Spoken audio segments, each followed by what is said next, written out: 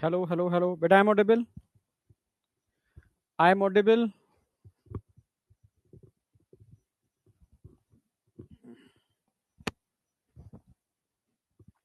हाँ बेटा, good afternoon all of you. Good afternoon, good afternoon. ठीक है, हालचाल बढ़िया?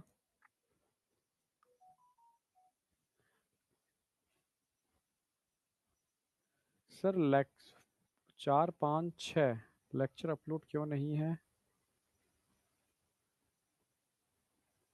ऐसा तो पॉसिबल ही नहीं है। 1 मिनट रुक जाओ, 1 मिनट रुक जाओ।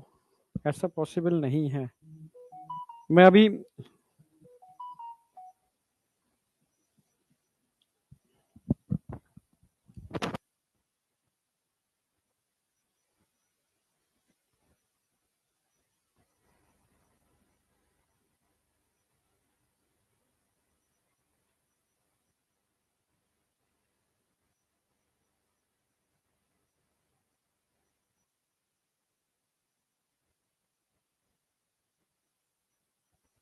मैंने मैसेज डाल दिया है बेटा। ठीक है। अच्छा, अदर लेक्चर में अपलोडेड हैं sir already. Okay okay okay okay okay, मैं बोल देता हूँ ये वाली बात।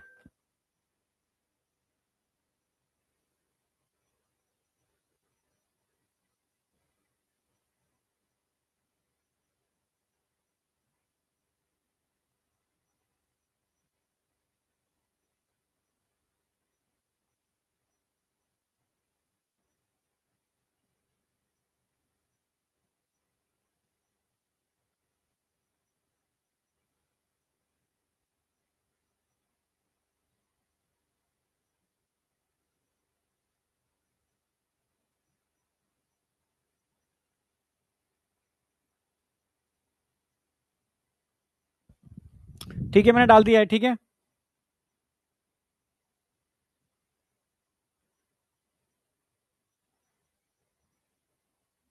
चलो मैं स्टार्ट कर रहा हूँ। ठीक है, तो आज हम बात करने वाले हैं प्रोटीन की। फटाफट हम बात करते हैं रिवीजन। अमाइनो एसिड मैंने करा दिया है। लास्ट हम अमाइनो एसिड की ज्वेटर आयनिक फॉर्म की बात कर रहे थे, तो मैंने बताया था कि अमाइनो एसिड के ऊपर NH2 ग्रुप भी होता है और COOH भी होता है। ठीक है, यानी एसिड और बेस दोनों होते हैं, ऐसे मान के चलो। ठीक है, यानी अमाइनो एसिड एम्फोटेरिक नेचर के होते हैं। यस भाई, बेसिक का मतलब है भाई NH2 बेसिक नेचर का है, यानी बेसिक नेचर का मतलब है जो हाइड्रोजन आयन को एक्सेप्ट कर ले। और एसिड कौन होता है? जो हाइड्रोजन आयन को डोनेट कर ले। यानी अमाइनो एसिड जो होते हैं उनमें कायरल कार्बन होता है। ठीक है, क्योंकि चारों बैलेंसीज की अलग अलग होती हैं। ठीक है, यहाँ COOH act as a acid strong as, जो हाइड्रोजन आयन डोनेट करता है, और NH2 act as strong base. ठीक है, जो हाइड्रोजन आयन को एक्सेप्ट करता है। क्लियर है? इसलिए अमाइनो एसिड एम्फोटेरिक नेचर के होते हैं, यानी एसिड और बेस में अलग अलग बिहेव करते हैं। अगर इनको एसिड सॉल्यूशन में डालोगे अलग बिहेव करेंगे, बेसिक सॉल्यूशन में डालोगे अलग बिहेव करेंगे। तो कल मैंने आपको करके भी दिखाया था। कल का मतलब है हाँ कल मैंने बताया था अमाइनो एसिड में भाई कारिल कार्बन होता है। ठीक है, अगर मैं इसको एसिडिक सॉल्यूशन में डालता हूं, एसिडिक सॉल्यूशन में डालता हूं जिसकी पीएच कम होगी, यानी एच आइन बहुत ज्यादा होंगे, एच आइन बहुत ज्यादा होंगे एसिडिक मीडियम के अंदर, तो ये एच आइन सीधे कहां चले जाएंगे? NH3 के पास, क्योंकि वो इलेक्ट्रॉन क्या है? एक्सेप्टर है। एच आइन कहां गए? सीधे इसके पास गए, क्योंकि इलेक्ट्रॉन एक्सेप्टर है। तो तुरंत ही भाई एच आइन जैसे इस पर ट्रांसफर करेंगे, किसमें कन्वर्ट हो जाएगा? ठीक है, पॉजिटिव आइन के अंदर, यानी यहां पर पॉजिटिव चार्ज आ गया। तो अमाइनो एसिड पर पॉजिटिव चार्ज भी आ सकता है, नेगेटिव चार्ज भी आ सकता है। अलग अलग पीएच पर इनके स्ट्रक्चर अलग अलग हो जाते हैं। ठीक है, यानी पॉजिटिव चार्ज आ गया। अगर मैं इसको बेसिक मीडियम में डालता हूं, तो बेसिक मीडियम में क्या होते हैं? OH। OH क्या होते हैं भाई? OH क्या करेंगे यहां से भाई? बेसिक मीडियम में डालते ही ये स्ट्रॉन्ग एसिड का बिहेव करेगा, एच आइन रिलीज करेगा, ये एक्सेप्ट कर लेगा। क्लियर है? तो यहां पर चार्ज कैसा आ गया? नेगेटिव। यानी बेसिक मीडियम के अंदर 7 से ऊपर पीएच है तो नेगेटिव चार्ज होगा। एसिडिक मीडियम में 7 से नीचे पीएच है तो इस पर पॉजिटिव चार्ज होगा। ठीक है, क्लियर है बिल्कुल? अगर मैं कहूं कि बेटा क्या इस पर नेगेटिव पार्शियल पॉजिटिव, यानी दोनों चार्ज पॉसिबल हैं? यस। अगर मैं इस अमाइनो एसिड को इधर ना इधर एक ऐसी पीएच पर सेट करूं, एक ऐसी पीएच पर सेट करूं जहां इस पर नेगेटिव और पॉजिटिव दोनों चार्ज आ जाएं, इसको बोलते हैं बेटा एम्फोटेरिक नेचर और ज्वेटर आयनिक फॉर्म। तो एक पर्टिकुलर पीएच जो हर अमाइनो एसिड के लिए अलग अलग होगी, क्योंकि सबके अल्काइल ग्रुप अलग अलग हैं, ठीक है। एक ऐसी पीएच जिस पर इस पर पॉजिटिव और नेगेटिव दोनों चार्ज आ जाए, ठीक है, उसको हम पीआई बोलते हैं, आइसोइलेक्ट्रिक पॉइंट। क्लियर है? वो पॉइंट, वो पीएच जिस पर इस पर नेगेटिव और पॉजिटिव दोनों चार्ज आते हैं, उसको हम क्या बोलते हैं? आइसोइलेक्ट्रिक पीएच या आइसोइलेक्ट्रिक पॉइंट। यहां तक समझ में आ गया होगा, ठीक है। तो अगर मैं किसी भी अमाइनो एसिड की पीआई निकालना चाहूं तो एक फॉर्मूला होता है भाई, पीके1 पीके2, यानी वो पीएच जिस पर इस पर पॉजिटिव चार्ज आता है वो पीके1 हो गई, वो पीएच जिस पर इस पर नेगेटिव चार्ज आता है वो पीके2 हो गई। दोनों को जोड़ करके अपॉन 2 कर दूंगा तो वो पीआई निकल आएगी, जिस पर एक्चुअल में इस पर नेगेटिव और पॉजिटिव दोनों चार्ज आते हैं, ठीक है। तो ये फॉर्मूला था इसका, पीके1 प्लस पीके2 अपॉन 2। तो P I equal to P H होगी, तब इसको बोलते हैं ज्वेटर आयनिक फॉर्म, जिस पर नेगेटिव और पॉजिटिव दोनों चार्ज होंगे। तो ये आपको ध्यान रखना है। अगला मैंने बताया था क्लासिफिकेशन, जो कल मैंने बहुत कहा भी था, याद रखना है आपको, और बहुत टिपिकल नहीं है, सिंपल है। मैंने कहा था अमाइनो एसिड एसिडिक नेचर के भी होते हैं, अमाइनो एसिड बेसिक नेचर के भी होते हैं, और अमाइनो एसिड न्यूट्रल नेचर के भी होते हैं। क्लियर है? बिल्कुल। एक मिनट, एक मिनट।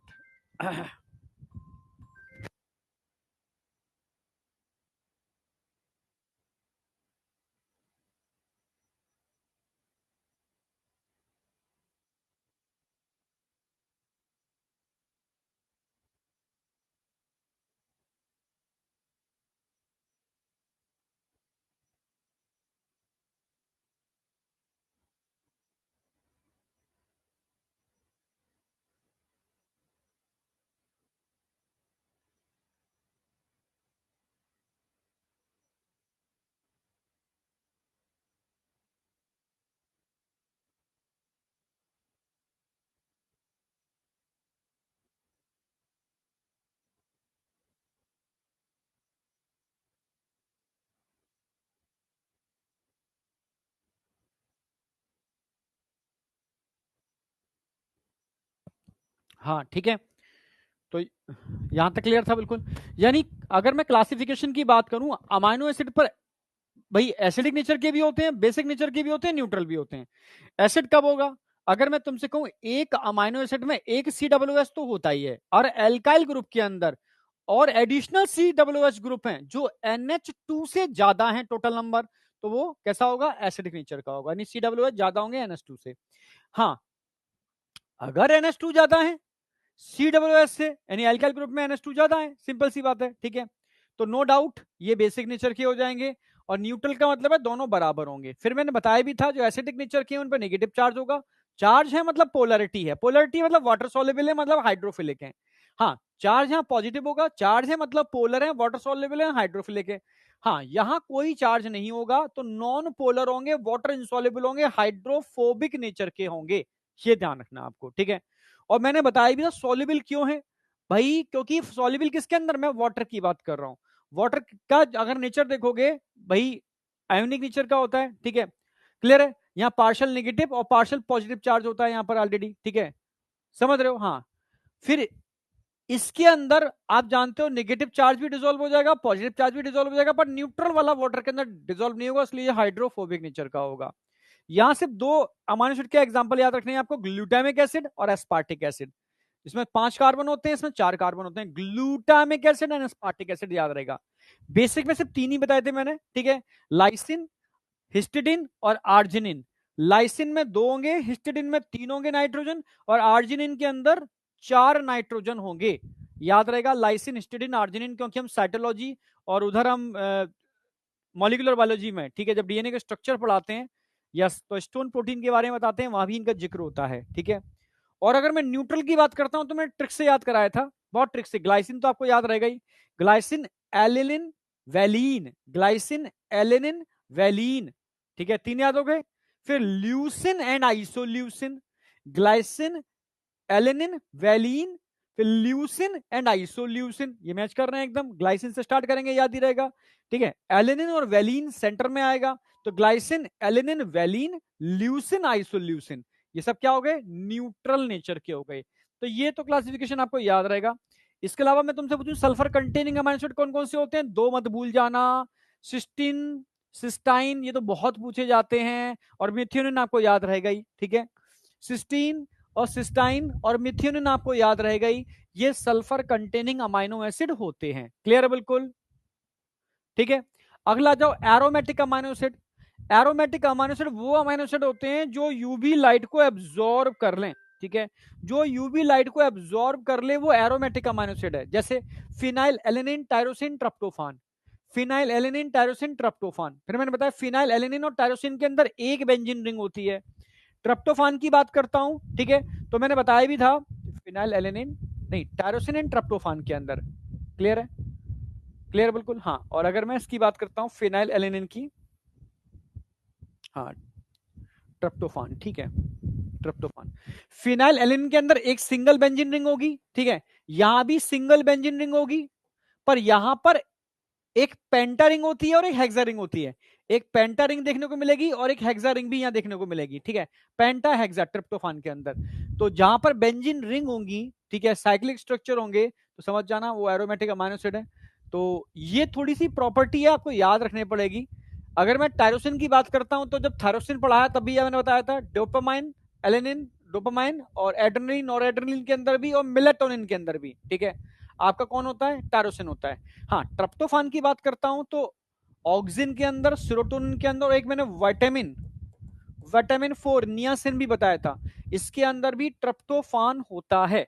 यानी ये tryptophan amino acid, tryptophan amino acid act as precursor of auxin और सेरोटोनिन। ऑक्सिन बॉटनी के अंदर हार्मोन वाले चैप्टर के अंदर आपने, ठीक है, ग्रोथ हार्मोन में पढ़ा है, और सेरोटोनिन आपने अगेन हार्मोन वाले चैप्टर के अंदर आप याद रखोगे सीरोटोनिन, ठीक है, एक होता है मिलेटोनिन, ऐसे सीरोटोनिन स्लीप इंड्यूसर, ठीक है। और विटामिन तो खैर सिलेबस में नहीं है आपके, ठीक है, सिलेबस में अब नहीं है विटामिन B4, ठीक है।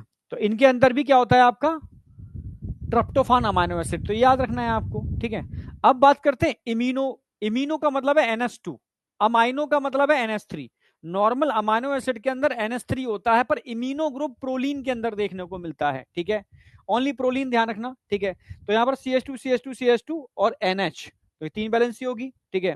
तो यहां तक क्लियर हो गया होगा, प्रोलीन आपको एग्जांपल याद रहेगा। हाँ, नॉर्मल अमाइनो एसिड में अमाइनो ग्रुप होता है NH3 ग्रुप, यहां तक कोई डाउट नहीं होना चाहिए।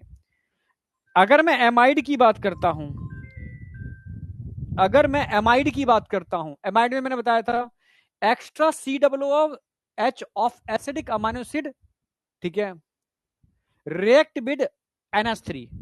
तो हर अमाइनो एसिड में एक सिंगल COOH तो होता ही है, एल्काइल ग्रुप में जो एक्स्ट्रा COOH है, समझ रहे हो, अगर ये NH3 से रिएक्ट करेगा तो एमाइड बनेगा। जैसे ग्लूटामिक एसिड से एमाइड बनता है और एस्पार्टिक एसिड से भी एमाइड बनता है। अगर मैं एस्पार्टिक एसिड की बात करूं, ठीक है, इसका रिएक्शन करा दूंगा तो एस्प्राजिन बन जाएगा, एस्परजिन बन जाएगा। और ग्लूटामिक एसिड का सेम रिएक्शन करूंगा तो ग्लूटामिन बन जाएगा, ठीक है। एस्परजिन और ग्लूटामिन ये एमाइड हैं, एमाइड फॉर्म है, ये एमाइड बन गया, ठीक है, ठीक है, ये दोनों एमाइड फॉर्म है। और हमने किया क्या है, कुछ भी नहीं किया, एक्स्ट्रा COOH के अंदर एक NH3 से इंटरेक्शन करा दिया है, ठीक है। तो ये एसिडिक अमाइनो एसिड समझ में आ गया और ये एमाइड बन गए। इसके बाद हमने बात किया था structure of amino acid, 3 structure तो कभी भूलोगे नहीं। ग्लाइसिन में एल्काइल ग्रुप में हाइड्रोजन जोड़ देना, ठीक है, एलिन के अंदर आप एल्काइल ग्रुप में CH3 ग्रुप जोड़ देना, और सीरिन के अंदर CS2OH, ठीक है, कहीं पर भी OH है मतलब एल्कोहलिक अमाइनो एसिड है, ठीक है, एल्कोहलिक अमाइनो एसिड है। इसके अलावा 4 स्ट्रक्चर याद रखना, सिस्टीन, प्रोलीन, लाइसिन और ट्रिप्टोफान, जिसमें प्रोलीन आपको हमेशा याद रहेगा, ठीक है। सिस्टीन, सिस्टाइन और मिथ्योनिन सल्फर कंटेनिंग है, तो सल्फर इसमें नजर आ गया आपको, ठीक है। हाँ, लाइसिन मैंने बताया था पॉजिटिव चार्ज है क्योंकि इसमें NH2 ज्यादा होते हैं। तो CH2 CH2 CH2 CH2 4 तो ये हो गए और एक NH2, तो टोटल कितने NH2 हो गए, 2, ठीक है। COOH से ज्यादा है तो ये क्या हो गया, पॉजिटिव चार्ज हो गया। ट्रिप्टोफान में मैंने बताया था एक पेंटा रिंग होती है, हेक्सा रिंग होती है, 2 रिंग होती हैं, ठीक है, उससे आपका ट्रिप्टोफान का फॉर्मेशन होता है। तो मुझे लगता है ये अमाइनो एसिड तो भूलोगे नहीं, यस या नो? नहीं, कार्बन नंबर नाइट्रोजन नंबर पे कभी क्वेश्चन नहीं आता, ठीक है, कभी नहीं आएगा, ये तुम्हारे मतलब का नहीं है। एमबीबीएस में आए तो आए, यहां से इनका कोई मतलब नहीं है। वो तो मैंने आपको याद रहे, आपको जैसे कभी कभी जब जब जब प्रेशर में होता है ना एग्जाम में तो भूल जाता है, तब कुछ चीजें ऐसी होती हैं, समझ रहे हो ना, जो उसको याद दिला देती है। अच्छा 5 कार्बन था ये था, अच्छा 4 कार्बन था ये था, ठीक है। जब वो स्ट्रक्चर बन के आ गया कितने कार्बन, 5, अच्छा ये था, अच्छा 4 कार्बन ये था, तीन तीन नाइट्रोजन ये था, 2 नाइट्रोजन ये था, बस। वो एक मेमोरी, एक मतलब उस क्लिक करने के लिए, जो एडिशनल बच्चे होते हैं ना, कुछ बच्चे ऐसे होते हैं जो इधर उधर की चीजों से वो मेमोराइज रखते हैं, उनके लिए बात, बाकी का तो कुछ नहीं है, ठीक है। तो यहाँ इम्यूनो ग्रुप नजर आ रहा है आपको, ठीक है। तो ये बताओ इतना आपको याद रहेगा या नहीं रहेगा, ये मुझे चाहिए आपसे एकदम बढ़िया।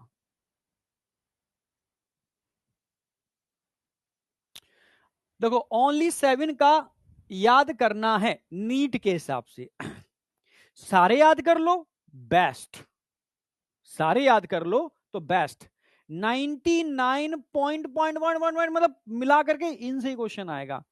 पॉइंट में 0 0 करके 1 को एक चांस है, कहीं मतलब कोई पगला गया कोई, तो एक बात अलग है, ठीक है। बात बाकी में स्ट्रक्चर से क्वेश्चन आएगा तो इससे आएगा, तो स्ट्रक्चर से क्वेश्चन आता नहीं है। जब भी आता है तो एनसीईआरटी का डायरेक्ट स्ट्रक्चर उठ के चला आता है। सबसे ज्यादा प्रोबेबिलिटी इन 3 स्ट्रक्चर की होगी कि एनसीईआरटी इन 3 के स्ट्रक्चर को डायरेक्टली एक्सप्लेन कर रही है। ये इनडायरेक्टली एक्सप्लेन कर रही है तो मैंने उसको भी ऐड कर दिया।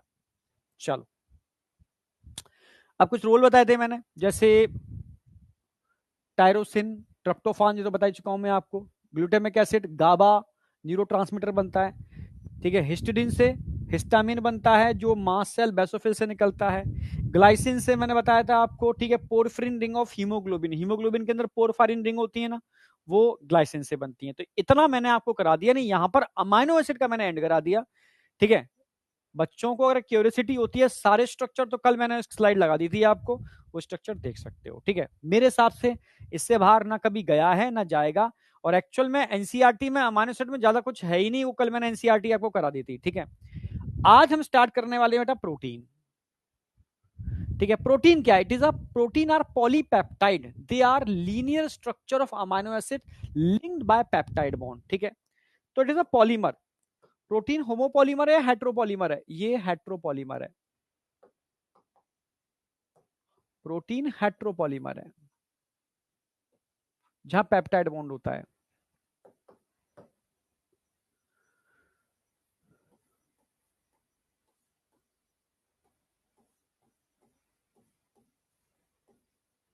मतलब कई प्रकार के अमाइनो एसिड से मिलकर बनी हुई चेन, कई मोतियों से मिलकर बनी हुई माला हेट्रोपॉलीमर है, ठीक है। हेट्रोपॉलीमर है तो कहां प्रेजेंट होगा? Present in acid insoluble pool.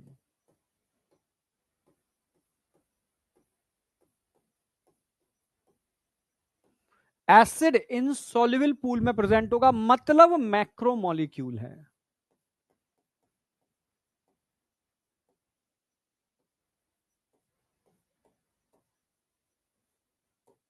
Macromolecule, ठीक है। एसिड इनसॉल्युबल पूल में प्रेजेंट होगा मतलब मैक्रोमोलिक्यूल है।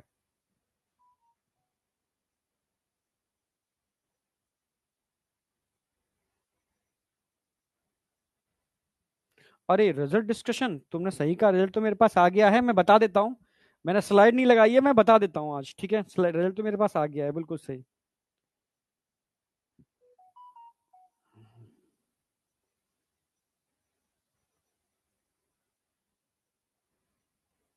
रिजल्ट तो आ गया है मेरे पास, स्लाइड में ऐड नहीं किया था मैंने।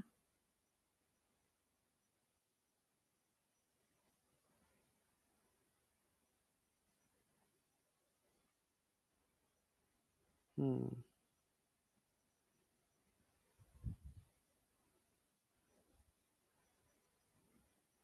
28 सितंबर को जो एग्जाम हुआ है ना 1.2 वालों का,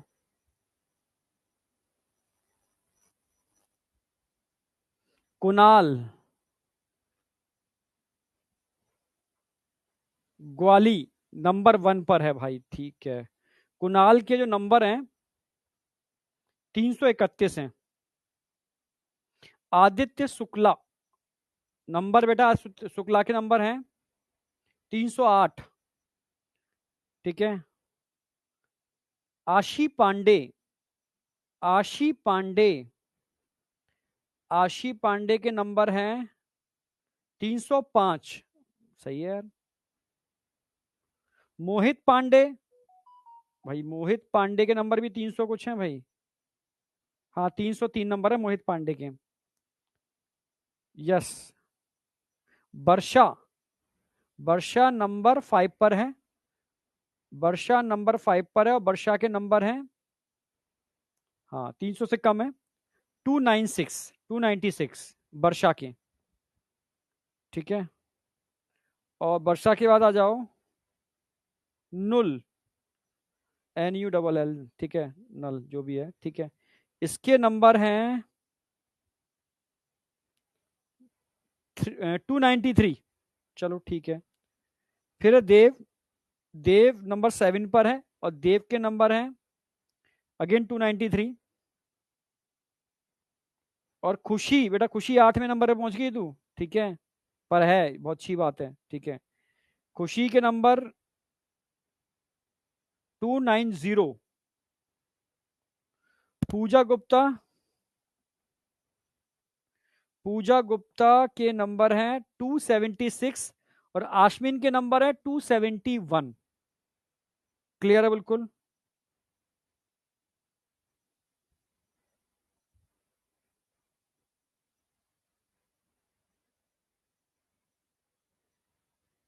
ये दोनों की लिस्ट क्यों नहीं है?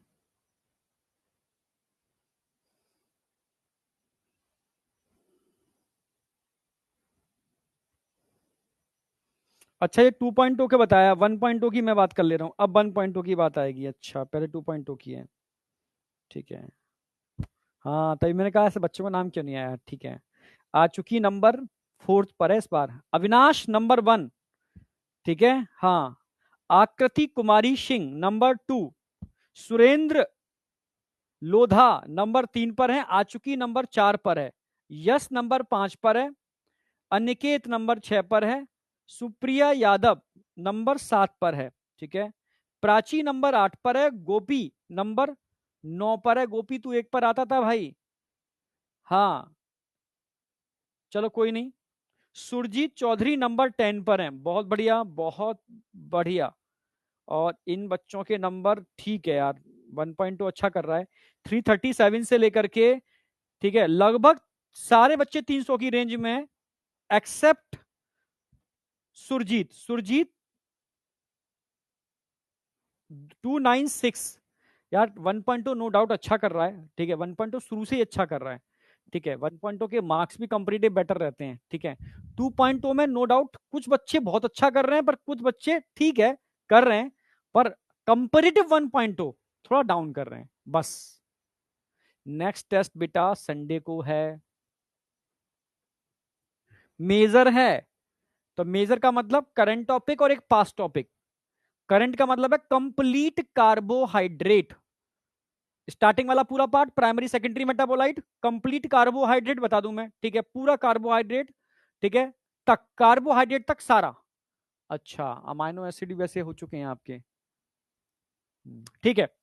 कार्बो अमाइनो एसिड तक पूरा, आज दिन क्या है, ट्यूसडे, अमाइनो एसिड तक पूरा आ रहा है, अमाइनो एसिड तक पूरा आ रहा है। और एक चैप्टर छोड़ो, सॉरी कार्बोहाइड्रेट रखता हूं, ठीक है, क्योंकि अमाइनो एसिड आगे भी आने वाला है।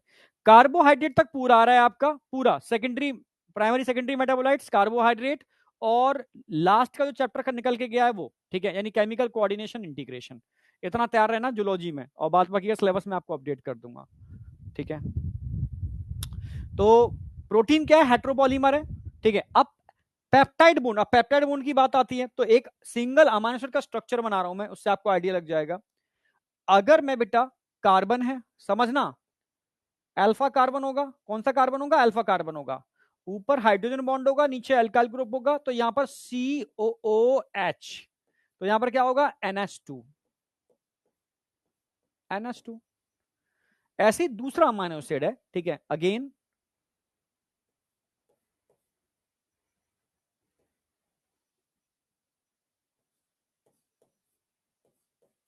NH2 C, alpha carbon COOH।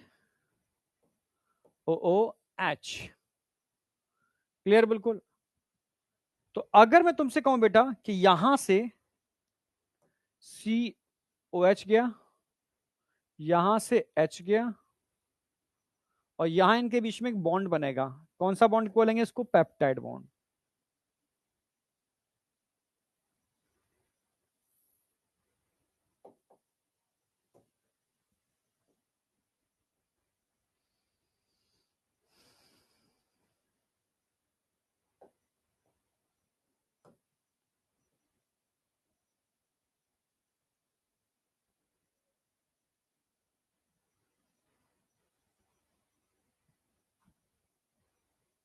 अच्छा पहले ऐसे दिखाऊं, रुक जाओ।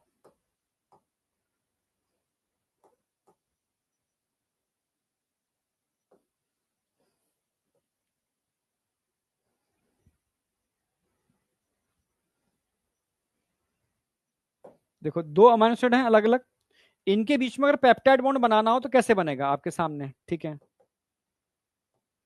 भाई। ये चला गया यहां से, ये गया, ये बन जाएगा पेप्टाइड बॉन्ड। तो उसको मैं ऐसे लिख दूं, चलेगा क्या?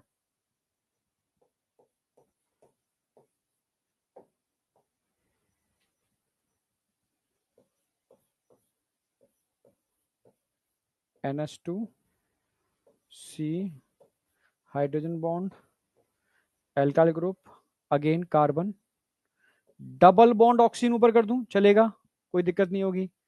यहां बन गया क्या? पेप्टाइड बॉन्ड बीच में। फिर अगेन नाइट्रोजन,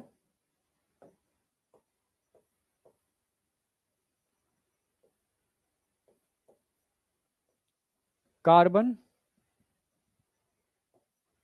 COOH। यानी यहां पर अल्फा कार्बन है तो ये भी अल्फा कार्बन है, इसमें तो कोई डाउट होगा ही नहीं आपको। अल्फा कार्बन है तो यहां पर लिखा ही नहीं हमने, हाइड्रोजन ऊपर होगा, एल्काइल ग्रुप नीचे होगा, हाइड्रोजन ऊपर होगा, एल्काइल ग्रुप नीचे होगा, ठीक है। अब ये ध्यान रखना, यहां पर ऑक्सीजन के ऊपर होगा पार्शियल, पार्शियल नेगेटिव चार्ज, तो यहां नाइट्रोजन के ऊपर होगा partial positive charge. Partial negative partial positive, तो यहां पर एक और बॉन्ड बन जाएगा पार्शियली, ये बन गया पेप्टाइड बॉन्ड।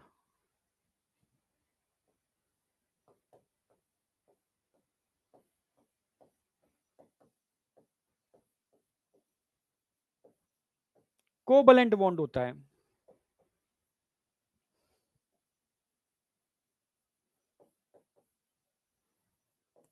ये समझ में आया नहीं आया भाई? एक अमाइनो एसिड, ये अमाइनो एसिड, दूसरा अमाइनो एसिड ये है। दो अमाइनो एसिड के बीच में पेप्टाइड बॉन्ड बनता कैसे? यानी ऐसे, जैसे यहां बना ऐसे बनता चला जाएगा सभी के अंदर, सभी के अंदर ऐसे बनता चला जाएगा, ठीक है, सेम यही पैटर्न रहेगा, ठीक है। तो ये हो गया पॉलीपेप्टाइड।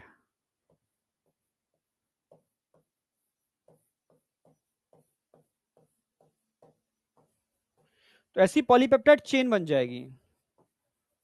तो पॉलीपेप्टाइड चेन को बनाने के लिए बीच में पेप्टाइड बॉन्ड बनता है हमेशा। एक अमीनो एसिड का COOH दूसरे अमीनो एसिड का NH2 आपस में इंटरेक्ट करते हैं, एक H2O निकलता है और पेप्टाइड बॉन्ड बनता है। क्योंकि ऑक्सीजन पर पार्शियल नेगेटिव चार्ज होता है, नाइट्रोजन पर पार्शियल पॉजिटिव चार्ज होता है, तो रेजोनेंस की वजह से यहां पर एक पार्शियली एक बॉन्ड और बन जाता है, यानी लाइक अ डबल बॉन्ड। इसको हम पेप्टाइड बॉन्ड बोलते हैं, जो कोवैलेंट बॉन्ड है। ये समझ में आया नहीं आया? इतनी सी बात बताओ पहले से।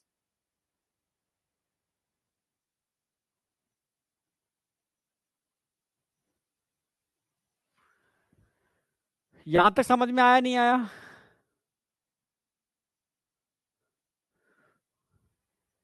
अच्छा, आज अविनाश का नाम है तो अविनाश को याद आ रहा है। सर बात कब करोगे? बिल्कुल करूंगा।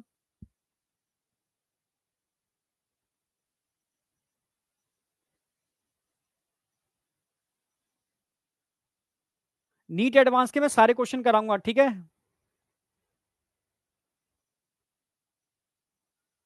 ओके।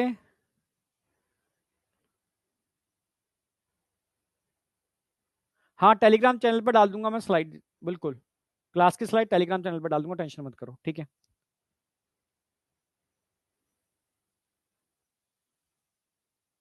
अच्छा, लास्ट के टेस्ट का रिजल्ट बता दूंगा मैं, ठीक है। मैं स्लाइड में ही ऐड कर दूंगा लास्ट के टेस्ट का रिजल्ट भी, टेंशन मत करो, ठीक है। मैं ऐड कर दूंगा या उसको मैं शेयर कर दूंगा तुम्हारे पास, टेलीग्राम पे डाल दूंगा लास्ट वाला रिजल्ट भी और ये वाला रिजल्ट भी, ठीक है। ठीक है, यहां तक ये बताओ, पहले तुम्हारी बातें सुन ली मैंने, ये समझ में आया नहीं आया? पॉन्ड कर दिया क्या मैंने? कहाँ है पॉन्ड बेटा? पर तेरी आंखें खराब, अच्छा, मुझे लगा मेरी आंखें खराब है। अरे कभी कभी लिखने में हो जाता है ना। अब ठीक है पौंड।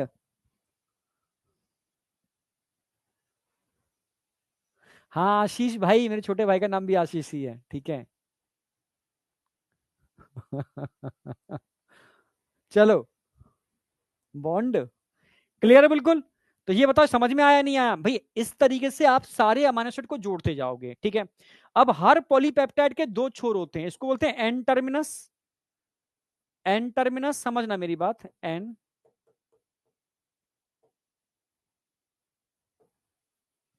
इसको बोलते हैं सी टर्मिनस, जिस पर सी डबल एच फ्री होगा, सी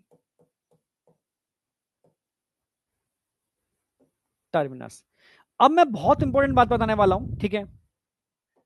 जब भी मैं इस प्रोटीन को बेंड करूंगा या सर्किल, मतलब स्ट्रक्चर ऑफ प्रोटीन की बात करने वाले हैं, तो प्रोटीन का अल्फा हेलिक्स स्ट्रक्चर होता है, बीटा बीटा प्लेटेड शीट होती है, ठीक है, या 3 डायमेंशन में स्ट्रक्चर होता है, या क्वाटरनरी स्ट्रक्चर होता है, ठीक है।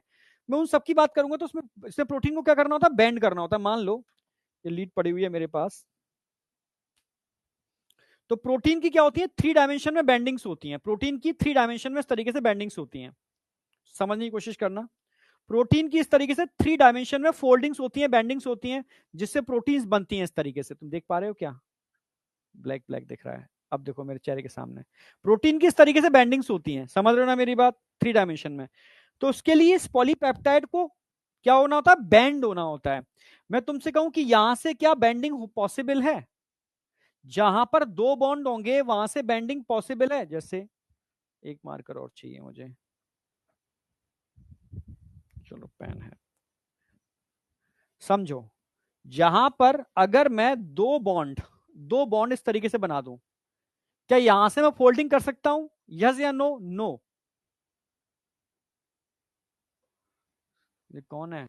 मोहम्मद काइफ। ये हमेशा एक ही बार लिखता है सर, ये समझ, ये मतलब बच्चा है, रियल में बच्चा है क्या है? कितने बच्चों को समझ नहीं आया ये बताओ पहले?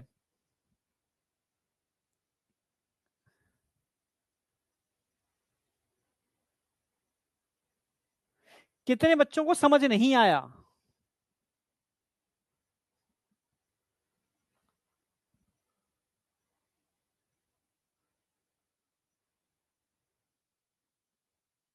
रिपीट करता हूं, समझना यार, क्योंकि समझने का है। मैक्सिमम बच्चों को समझ में आ गया, फिर भी मैं बात कर रहा हूं, ठीक है। अच्छा, ऐसे बात समझना मेरी बात।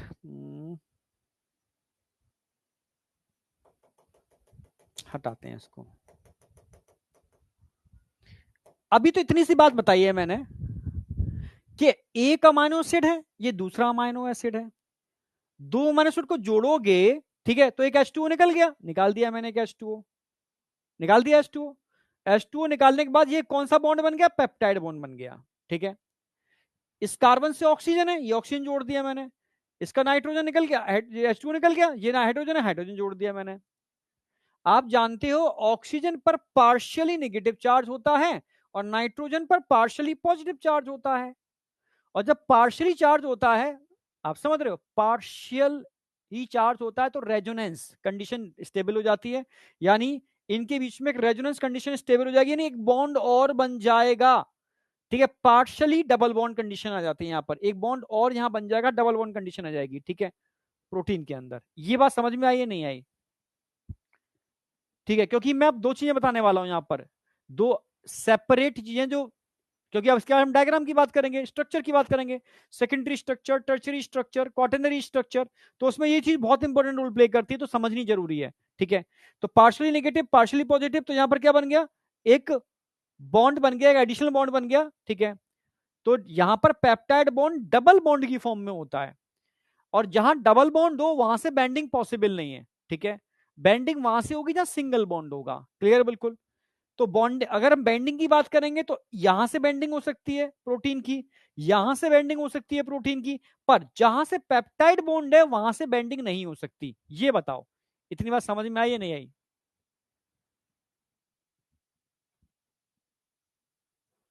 समझ आ रहा है?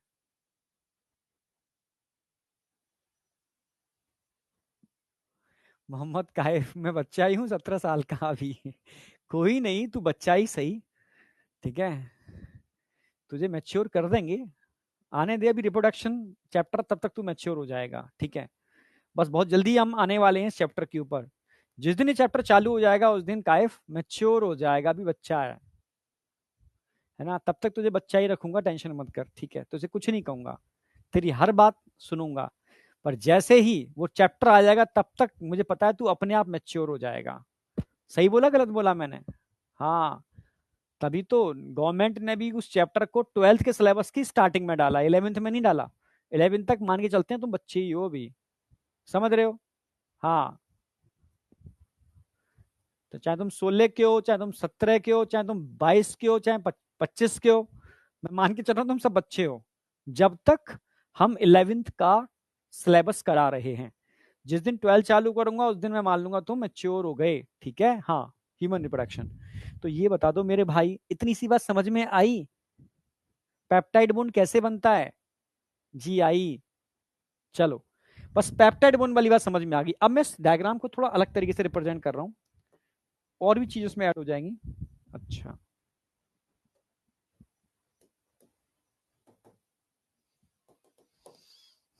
ठीक है, अभी मैंने बताया कि मान लो ये कार्बन है, alpha carbon,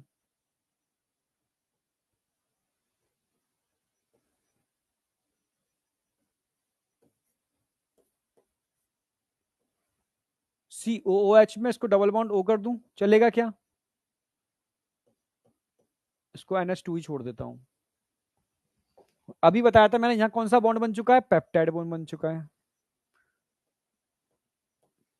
partially double bond की तरह बिहेव करेगा, क्यों करेगा? क्योंकि यहां पर पार्शली निगेटिव चार्ज है, या नाइट्रोजन होगी,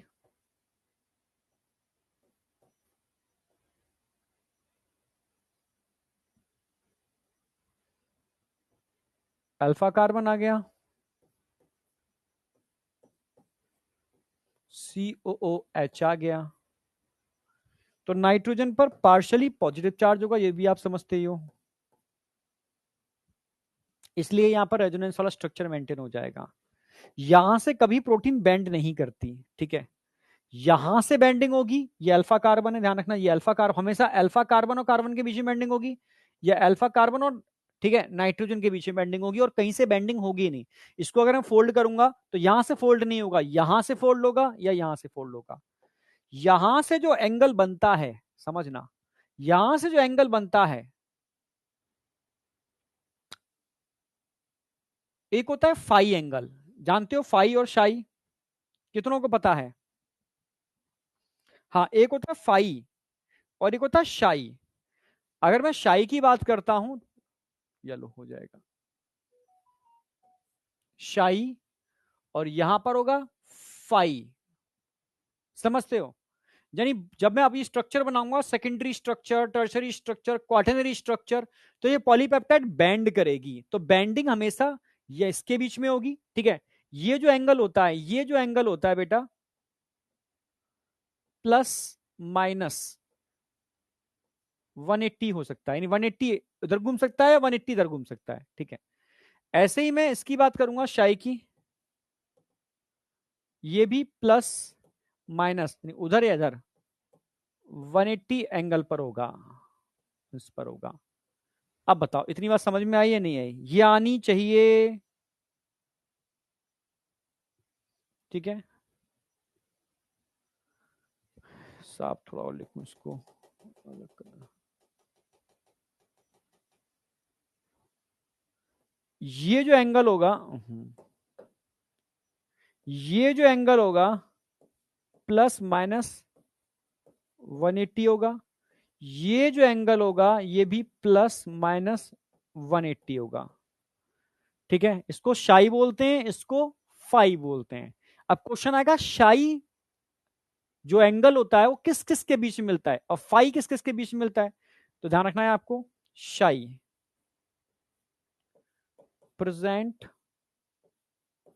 बिटवीन सी और सी, ठीक है। जबकि फाई की बात करूंगा, फाई प्रेजेंट बिटवीन, ठीक है, सी एंड एन। क्लियर है? अगर भूल जाओ तो ऐसे याद रखना। और ये कितने होते हैं, प्लस माइनस 180, ये भी प्लस माइनस 180, यानी एक पॉलीपेप्टाइड चेन है। इस पॉलीपेप्टाइड चेन जो किससे मिलकर बनी है, अमाइनो एसिड की चेन है, अमाइनो एसिड की पॉलीपेप्टाइड चेन है। ये इसका प्राइमरी स्ट्रक्चर है। इसका अगर मैं सेकेंडरी स्ट्रक्चर बनाऊंगा ना, तो सेकेंडरी स्ट्रक्चर दो टाइप के बन सकते हैं, या तो इस तरीके से,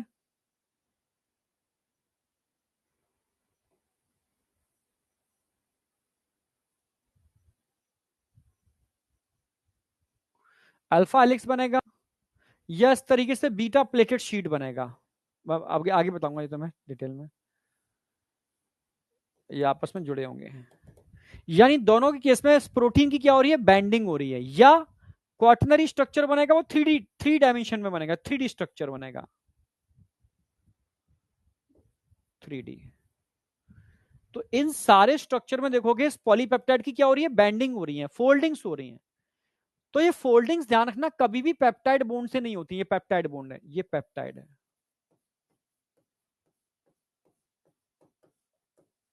बैंडिंग के लिए या तो ये 180 इस तरीके से शाइब एंगल बनाएगा, या 180 इस तरीके से ये फाई एंगल बनाएगा।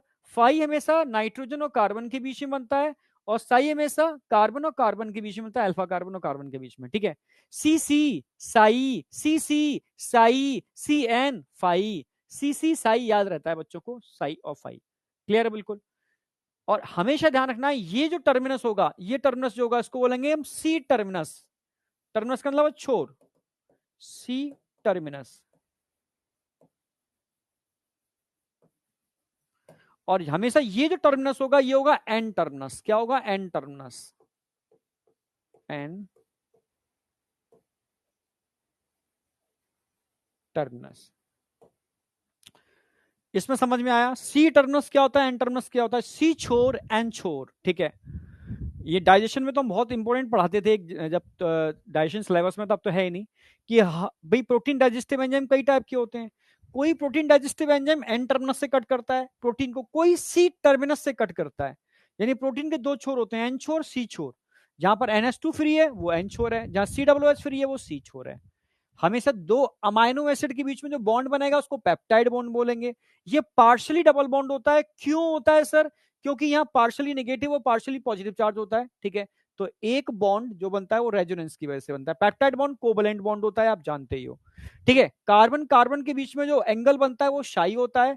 कार्बन और नाइट्रोजन के बीच में जो एंगल बनता है वो फाई होता है। सी सी शाई और CN फाई, इससे बच्चों को याद रहता है, ठीक है। 180 प्लस माइनस, 180 प्लस माइनस, इसकी वजह से ही ये सेकेंडरी, टर्शरी और क्वाटनरी स्ट्रक्चर बन पाते हैं इस प्राइमरी स्ट्रक्चर से। ये इतनी सी बात समझ में आई या नहीं आई?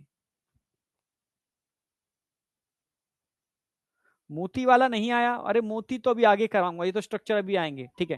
ये तो मैंने बतना बताया, ये मतलब प्राइमरी स्ट्रक्चर है, अभी आगे बढ़ाने वाला हूं, इसी पर हम आने वाले हैं, मोती वाले पर, ये आगे आएगा। प्राइमरी स्ट्रक्चर है, ये सेकेंडरी स्ट्रक्चर है, ये टर्शरी स्ट्रक्चर है। यानी प्रोटीन के कई स्ट्रक्चर होते हैं, प्राइमरी, सेकेंडरी, टर्शरी। ये डिपेंड किस पर करता है, बैंडिंग्स के ऊपर, फोल्डिंग के ऊपर। क्योंकि सारी की सारी प्रोटीन इस तरीके से होती है, दिखाता हूं, बुक की शायद पेज पे छपा होगा प्रोटीन का डायग्राम। हाँ, जितनी भी प्रोटीन्स होती हैं, शायद तुम देख पाओ, जितनी भी प्रोटीन्स होती हैं वो उस तरीके से स्प्रिंग जैसे स्ट्रक्चर होते हैं, स्प्रिंग जैसे स्ट्रक्चर, यस, स्प्रिंग जैसे स्ट्रक्चर होते हैं हर प्रोटीन के। तो ये सारी क्या है, बैंडिंग्स हैं, फोल्डिंग्स हैं, सारी क्या है, बैंडिंग्स हैं, फोल्डिंग्स हैं। तो इन बैंडिंग और फोल्डिंग बनाने के लिए इसको मोड़ना जरूरी होगा। तो ये यहां से नहीं फोल्ड होगा, फोल्ड हमेशा या तो साई एंगल से होगा या फाई एंगल से होगा, ठीक है। ये 180 प्लस माइनस मुड़ सकता है, यहां से 180 प्लस माइनस मुड़ सकता है, यहां से नहीं मुड़ सकता। क्यों नहीं मुड़ सकता, क्यों फोल्ड नहीं होगा? तो इसलिए मैंने बताया क्योंकि यहां निगेटिव पार्शली पार्शली पॉजिटिव, इसकी वजह से रेजोनेंस की वजह से यहां पार्शली डबल बॉन्ड बन जाता है, पेप्टाइड बॉन्ड, ठीक है। तो यहां से फोल्डिंग नहीं होती। इतनी बात समझ में आई या नहीं आई? हाँ, क्वाटरनरी स्ट्रक्चर जो होता है वो कई टर्शरी स्ट्रक्चर के मिलने से बनता है, वो बताऊंगा आगे मैं।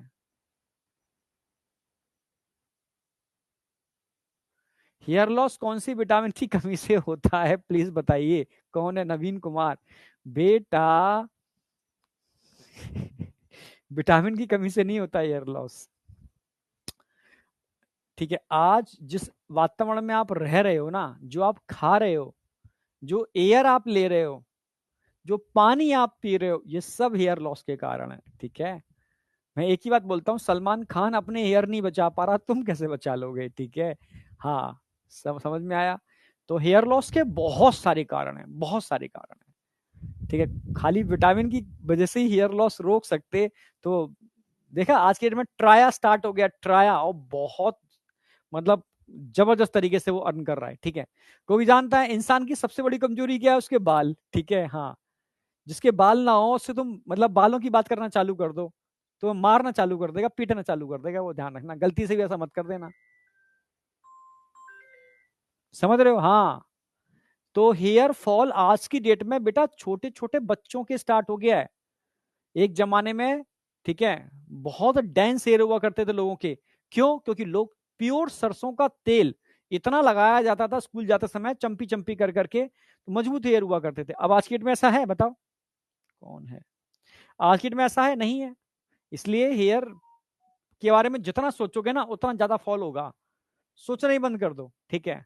हो रहा है तू होने दे, ठीक है। जब समय आएगा तो हेयर इम्प्लांट करा लेना, तुम डॉक्टर बन जाओगे तो। नहीं तो आज के डेट में वो कुछ पैच टाइप का आता है, लोग लगा लेते हैं इस तरीके से, और कटिंग कटिंग कराते हैं बकायदा अच्छे से उसको, ठीक है। तो मतलब मैं उनकी बात कर रहा हूँ जो अभी 20-22 साल के लोग हैं, मेरे संग के बहुत सारे लोग हैं, ठीक है, जिन्होंने ईयर पैच लगाए हुए हैं, ठीक है।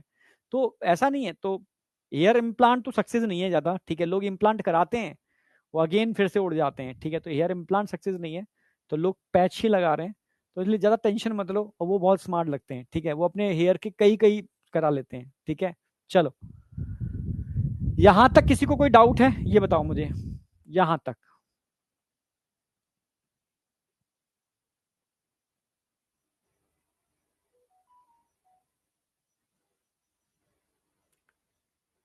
No sir.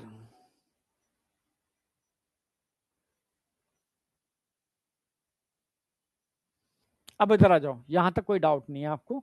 सी टर्मिनस भी ध्यान, टर्मिनस का मतलब है छोर, एन टर्मिनस का मतलब है एन छोर, ठीक है। अब आ जाओ,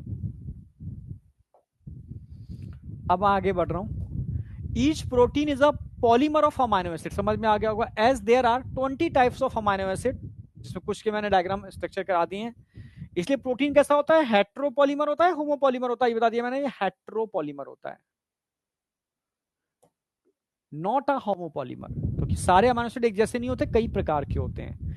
अब एक क्वेश्चन और पूछा जाता है कि मॉलिक्यूलर वेट ऑफ प्रोटीन, ठीक है, in straight chain and in circle. समझना मेरी बात, अगर मैं मॉलिक्यूलर वेट की बात करता हूं तो प्रोटीन का मॉलिक्यूलर वेट किस पर डिसाइड करेगा? ऑल क्लियर, अमाइनो एसिड के ऊपर, समझे?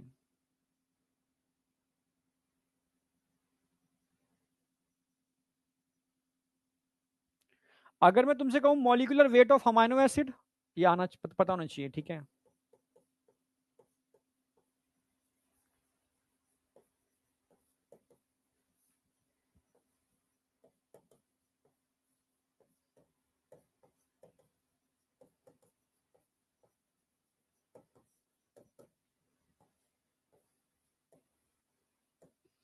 अगर मैं तुमसे कहूं मॉलिक्यूलर वेट ऑफ वाटर,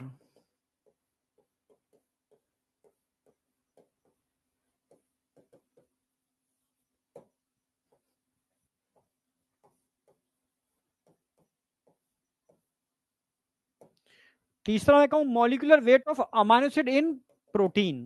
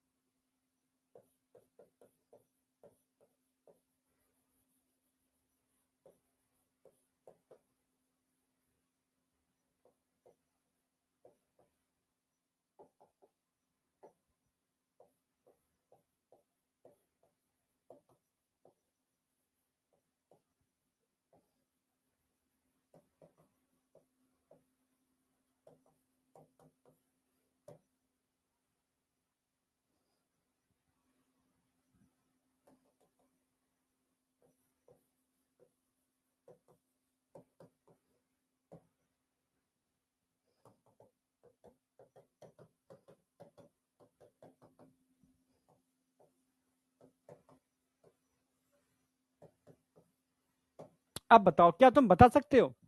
भाई मैंने हिंट दे दी। एक अमाइनो एसिड का मॉलिक्यूलर वेट, हाँ बेटा, एक अमाइनो एसिड का मॉलिक्यूलर वेट 128 होगा, और वाटर का मॉलिक्यूलर वेट आप जानते हो 18 होगा। तो मैं तुमसे कहूं कि molecular weight of amino acid in protein, क्या प्रोटीन में अमाइनो एसिड का मॉलिक्यूलर वेट क्या होगा? ठीक है, ये क्वेश्चन आएगा। मॉलिक्यूलर वेट ऑफ 5, 6, 10, 20, कोई भी नंबर हो सकता है, मैं 5 नंबर ले लिया, amino acid in chain. And molecular weight of protein of 5 amino acid in ring form में। कौन बताएगा? तुम बताओ जरा फटाफट, देखूं किसको आता है। हाँ, मेहंदी हसन, सही पकड़े।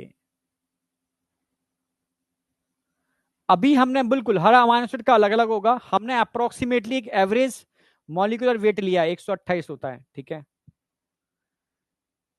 प्रोटीन में ध्यान रखना है आपको, मॉलिक्यूलर वेट कितना होगा, molecular weight of amino acid in protein, क्योंकि जब भी प्रोटीन बनती है तो एक वाटर मॉलिक्यूल निकल जाता है, एक वाटर मॉलिक्यूल निकल जाएगा, यानी 128 में से 18 निकल गया, तो कितना बचा? 128 माइनस 18, 110। ये ध्यान रखना है आपको कि प्रोटीन की जब भी बात होगी, अमाइनो एसिड अकेला है तो 128, पर प्रोटीन जब भी बनती है तो पेप्टाइड बॉन्ड बनते हैं, और पेप्टाइड बॉन्ड में एक H2O मॉलिक्यूल निकलता है, तो उस समय इसका मॉलिक्यूलर वेट 110 रह जाएगा। क्लियर है? अब मैंने बात की 5 अमाइनो एसिड की चेन, तो एक का इतना, तो 5 का कितना होगा, और रिंग फॉर्म में 5 का कितना होगा टोटल, जरा बताओ।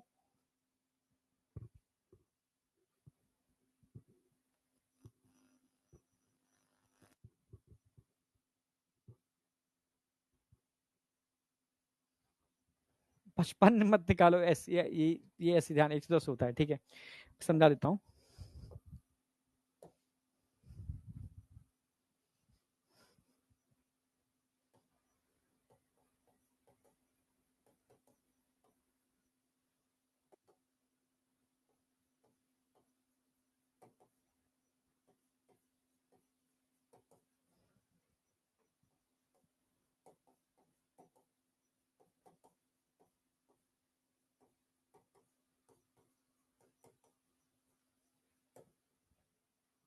जैसे अब बताओ, अगर 5 अमाइनो एसिड की चेन है तो उसमें बताओ वाटर मॉलिक्यूल कितने बनेंगे, कितने निकलेंगे?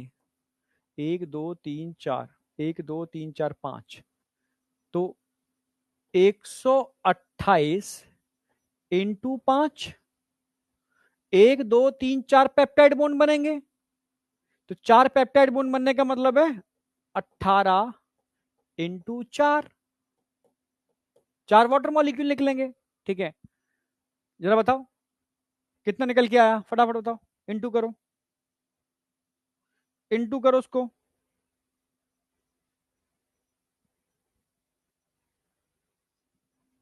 हाँ, 640, तो ये आ जाएगा 72, ये आ जाएगा। क्लियर है बिल्कुल? हाँ, 640 72, बिल्कुल सही निकाला। 72 आएगा, 64 आएगा?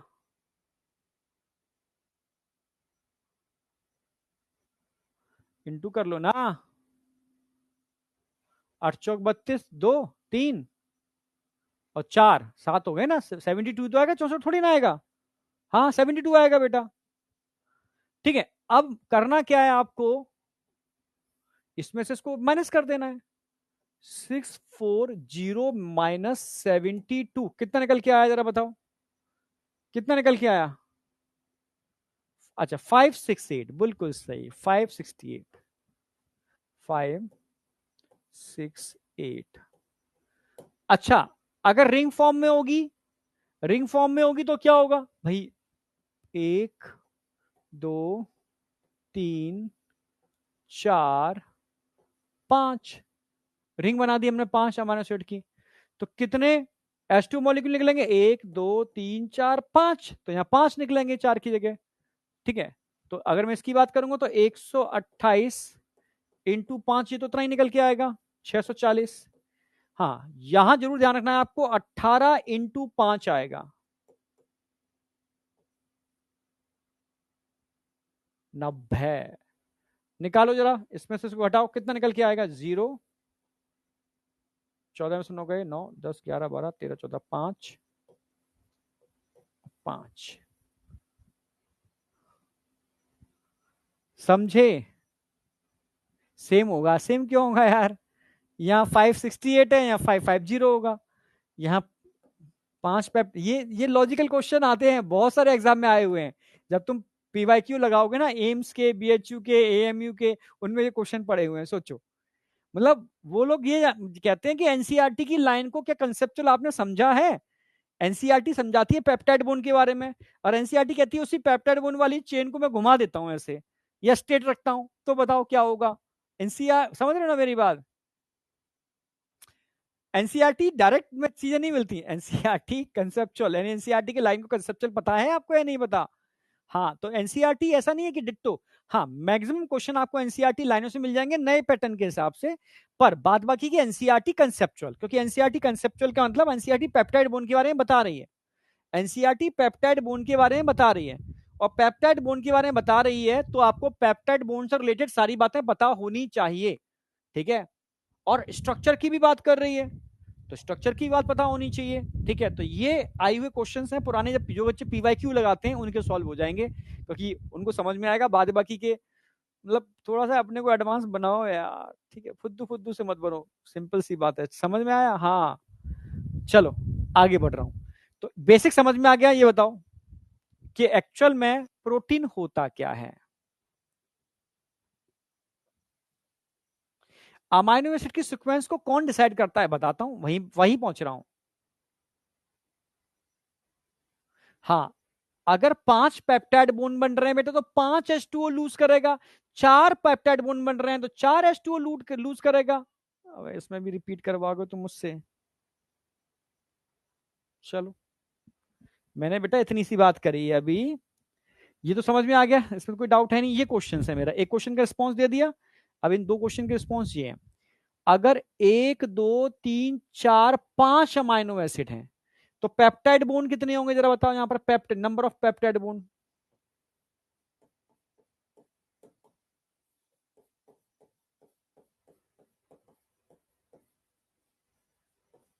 4 ही तो होंगे। हाँ, अगर रिंग है, रिंग में नंबर ऑफ पेप्टाइड बॉन्ड कितने होंगे, जरा बताओ।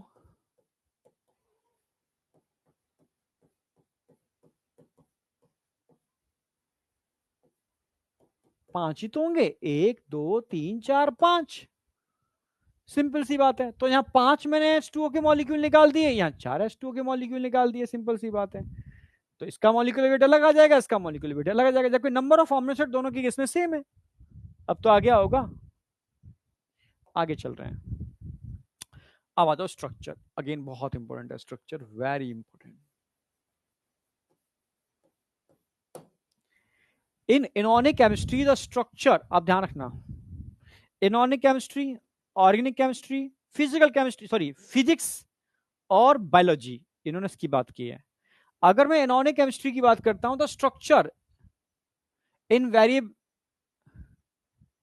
Invariably refer to the molecular formula. आप जानते हो यहां मॉलिक्यूलर फॉर्मूला जो होता है NaCl, MgCl2, ठीक है, समझ रहे हो।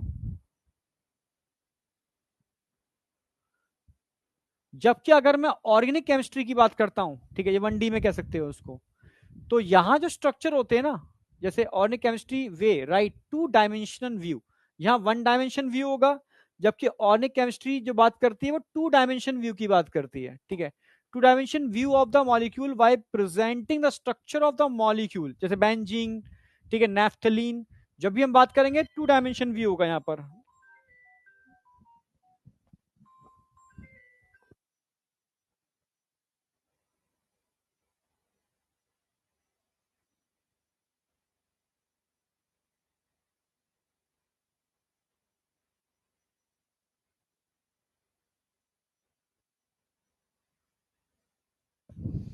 हाँ वापस आ जाओ, ठीक है। और जब भी मैं फिजिक्स की बात करता हूं, तो फिजिक्स में अगर देखोगे तो वहां 3 डायमेंशन व्यू आते हैं, 3 dimension view of a molecular structure. यानी मॉलिक्यूलर स्ट्रक्चर की बात करेंगे तो इनऑर्गेनिक केमिस्ट्री में 1 डायमेंशन व्यू आएगा, सिंपल फॉर्म, ठीक है, 1 डायमेंशन व्यू, मैं लिख रहा हूं 1 डायमेंशन व्यू।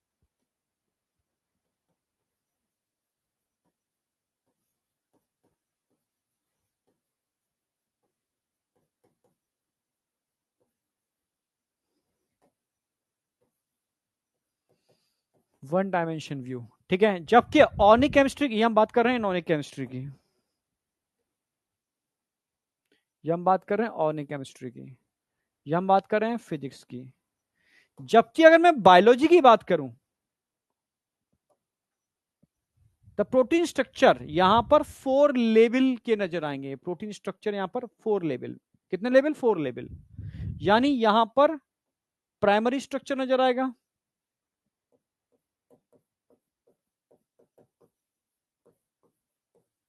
यहां पर सेकेंडरी स्ट्रक्चर नजर आएगा, यहां पर मैं आपको टर्चरी स्ट्रक्चर ही बढ़ाने वाला हूं, और यहां पर मैं आपको क्वाटनरी स्ट्रक्चर भी पढ़ाने वाला हूं। यानी अगर बायोलॉजी की बात करते हैं तो प्रोटीन के स्ट्रक्चर जो होते हैं 4 लेवल में होते हैं, primary, secondary, tertiary and quaternary, ठीक है, जो आपको समझने हैं। क्लियर है? अब मैं स्टार्ट करूंगा कैसे। तो प्रोटीन बनती कैसे, कौन है जो डिसाइड करता है कि इसके बाद यही अमाइनो एसिड आएगा, अमाइनो एसिड सीक्वेंस ये होनी चाहिए, वो कौन डिसाइड करता है? एक काम करता हूं,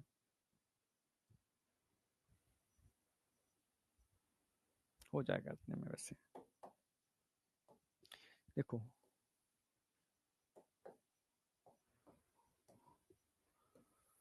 ये सेल है,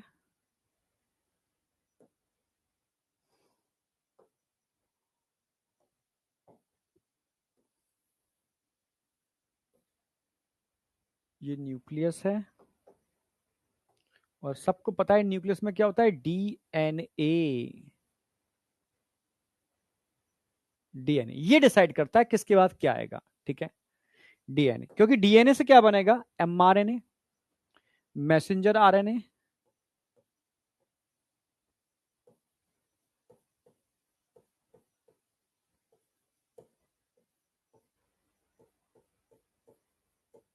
और ये मैसेंजर आरएनए साइटोसोल में जाता है,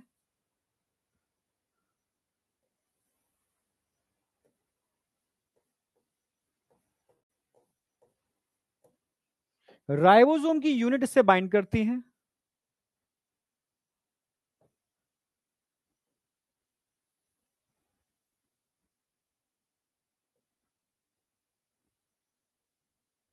स्मॉल यूनिट और लार्ज यूनिट, और इसमें एक टनल होती है यहां पर,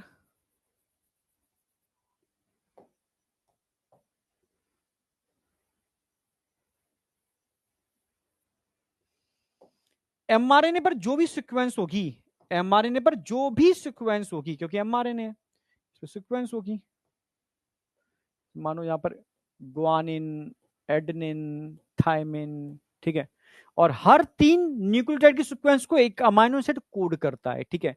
तो इसके हिसाब से कोडिंग होती जाएगी और एक अमाइनो एसिड की चेन बनती जाएगी, बनती, जुड़ते जाएंगे, बनती जाएगी, बनती जाएगी, बनती जाएगी, ये पॉलीपेप्टाइड चेन।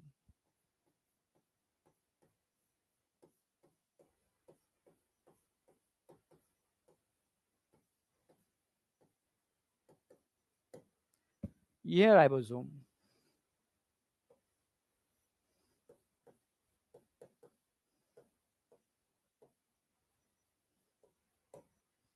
समझ में आई नहीं आई?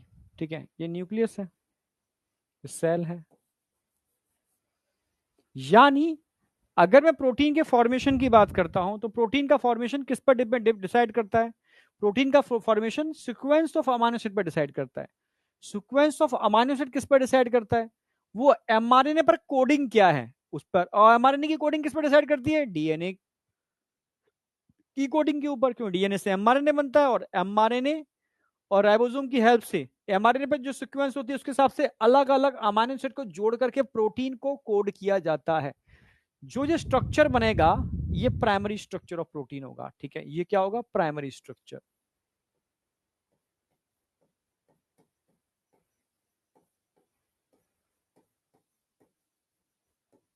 सिंपल प्राइमरी स्ट्रक्चर जिसके अंदर हम स्ट्रेट चेन की बात करते हैं।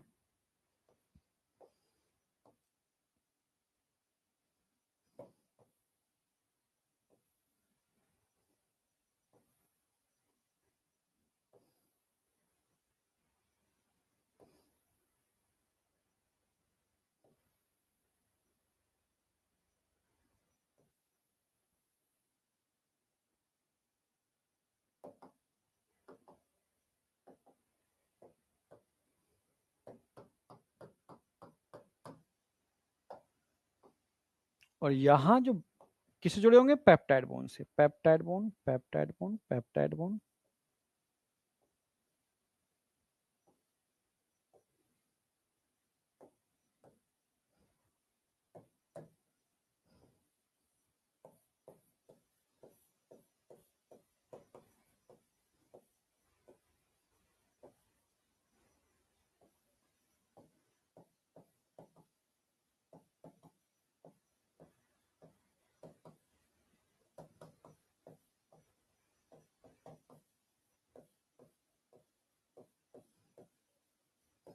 अब बताओ, इतनी बात समझ में आई नहीं आई? प्रोटीन बनती कैसे है, कौन है इस प्रोटीन को जो बनाने के लिए रिस्पॉन्सिबल है? ठीक है, तो इसका प्राइमरी स्ट्रक्चर सिंपल है। सारे अमीनो एसिड पेप्टाइड बॉन्ड के साथ जुड़ते जा रहे हैं, जो मैंने इससे पहले भी दिखाया था आपको।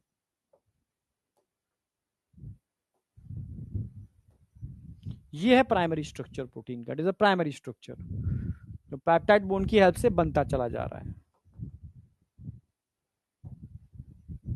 अब बताओ, यहां तक कोई डाउट? नोट करो, यहां तक कोई डाउट? लिखने दो सर प्लीज। अरे लिखने तो दे रहा हूं बेटा, नोट करो उसको। अच्छा, बैक स्लाइड।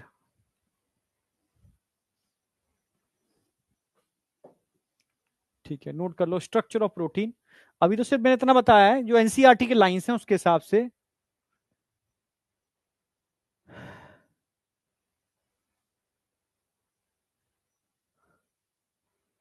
नोट करो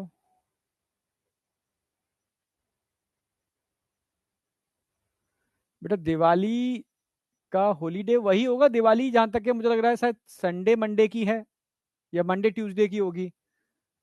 ठीक है, तो वही होगा मंडे ट्यूसडे, और वेटनसडे शायद कुछ इस तरीके से होगी, 3 दिन की। अब कंफर्म कर लेंगे इसको, आप बता रहे हो तो पूछ लेंगे।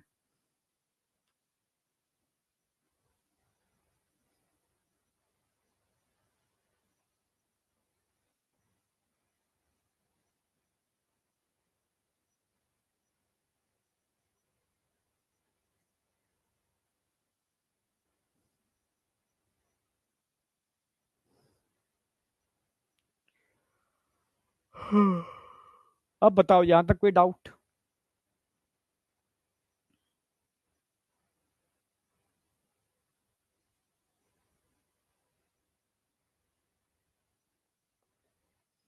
यहां तक कोई डाउट?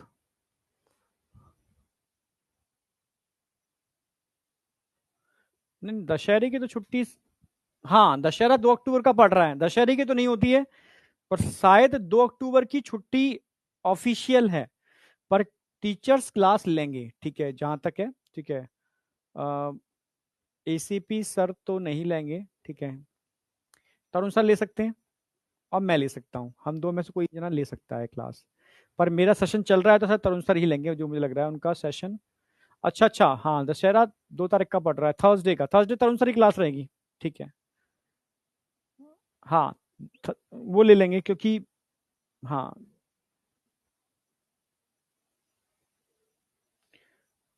हाँ, क्योंकि देखो ऑनलाइन क्लास है, ऑफलाइन बुलाना होता है तो छुट्टी हो जाती है। ऑनलाइन ऑफलाइन में ये तो अंतर होता है। ठीक है, ऑनलाइन के अंदर तो टीचर घर से क्लास ले रहा है तो ले सकता है कभी भी। आपको घर से क्लास ज्वाइन करनी है, कर सकते हो कभी भी। ठीक है। तो और क्लास दिन में होती है, समझ रहे हो। हाँ, क्लास दिन में होती है। और तरुण सर और सर्वेश सर भी ले सकते हैं। ठीक है। पर डिपेंड करता है किसका वो दिन पड़ रहा है उस दिन। जिसका दिन पड़ रहा होगा वो लेगा, जैसे थर्सडे को तरुण सर का दिन पड़ रहा है। ठीक है, तो वो लेंगे। और मेरा दिन पड़ रहा तो मैं ले लेता।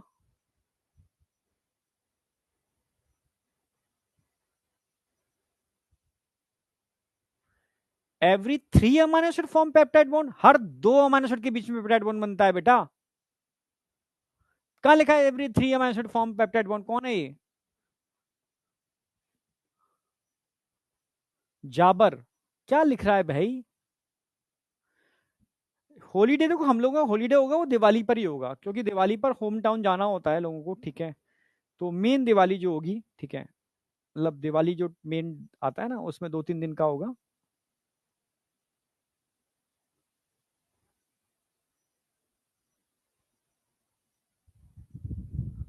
चलो, अब मैं आगे बढ़ रहा हूँ।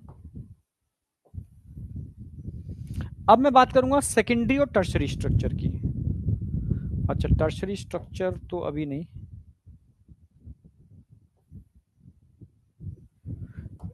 टर्शरी में आगे बताऊंगा, सेकेंडरी करते हैं, टर्शरी में हटा रहा हूँ, सेकेंडरी ही इतने में आएगा।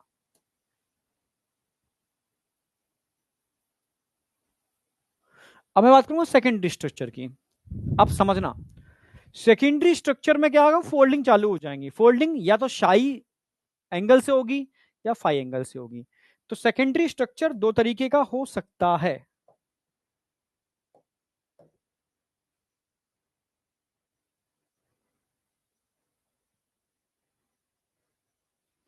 या तो हेलिकल फॉर्म होगी, अल्फा हेलिक्स बोलते हैं। दूसरा बीटा प्लेटेड शीट होती है।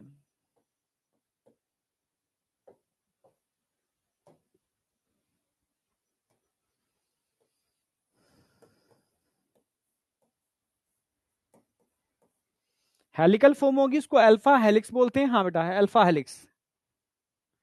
हाँ, या बीटा प्लेटेड शीट होगी।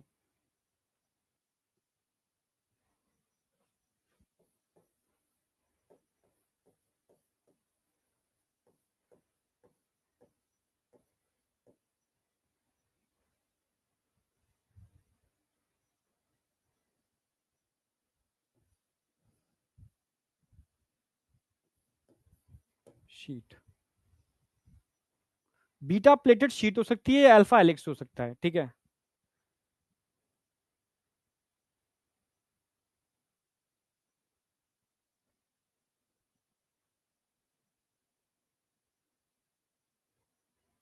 अगर मैं अल्फा हेलिक्स की बात करता हूं, थोड़ा समझने की कोशिश करना।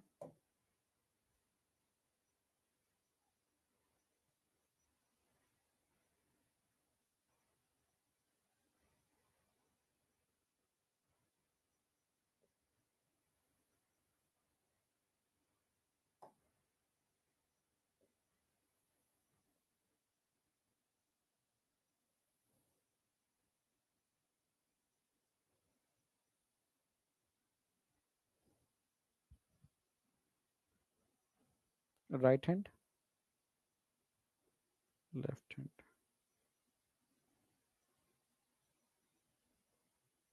राइट हैंड का मतलब क्लॉकवाइज, लेफ्ट हैंड का मतलब एंटी। ठीक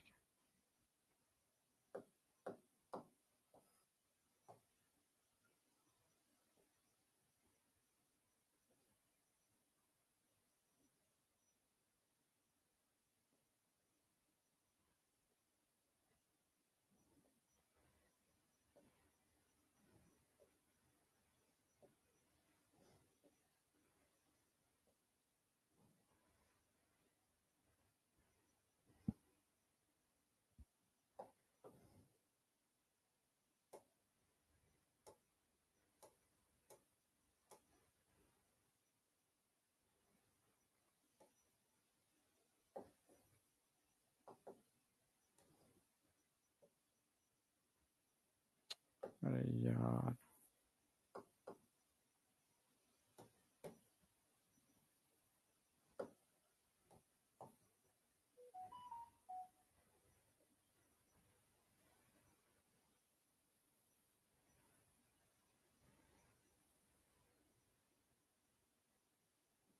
ठीक है।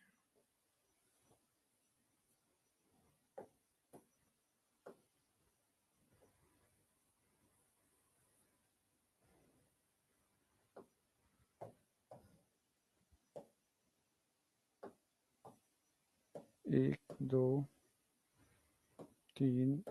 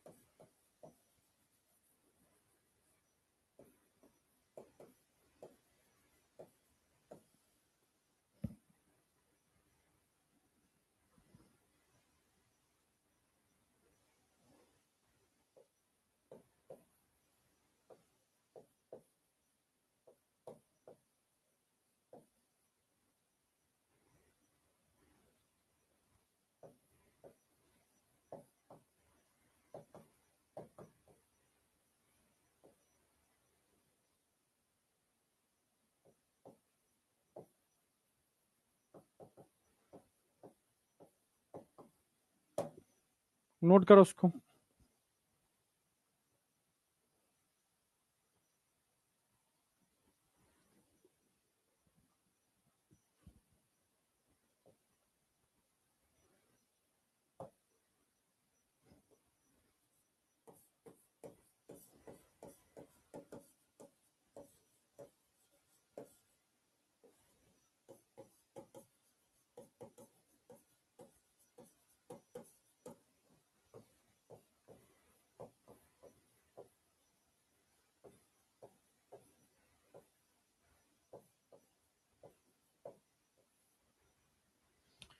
देखो, एक होता है राइट हैंडेड क्लॉकवाइज, ये right handed thumb rule, right hand ये क्लॉकवाइज।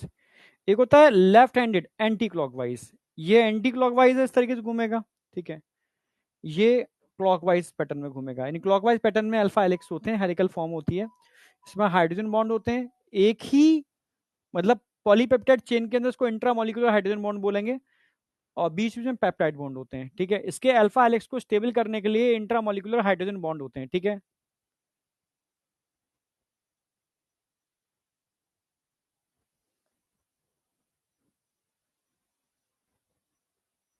यहां तक कोई डाउट? अब बड़ा अच्छा एक कंसेप्ट बताता हूं, ये एक्चुअल में अल्फा हेलिक स्ट्रक्चर मिलता कहां है, क्वेश्चन तो डायरेक्ट सिंपल इतना आएगा। तो केराटिन प्रोटीन, ठीक है, अल्फा केराटिन होती है हमारे हेयर के अंदर, आप जानते हो, ठीक है, हमारे हेयर में केराटिन होती है, हमारे नेल्स में केराटिन होती है, हमारी स्किन के अंदर केराटिन होती है, ठीक है। अदर एनिमल्स में फेदर, ठीक है, हॉर्न होते हैं, उनमें केराटिन होती है। तो कहां प्रेजेंट होगा अल्फा हेलिक्स, कहां होता है, present in, example present in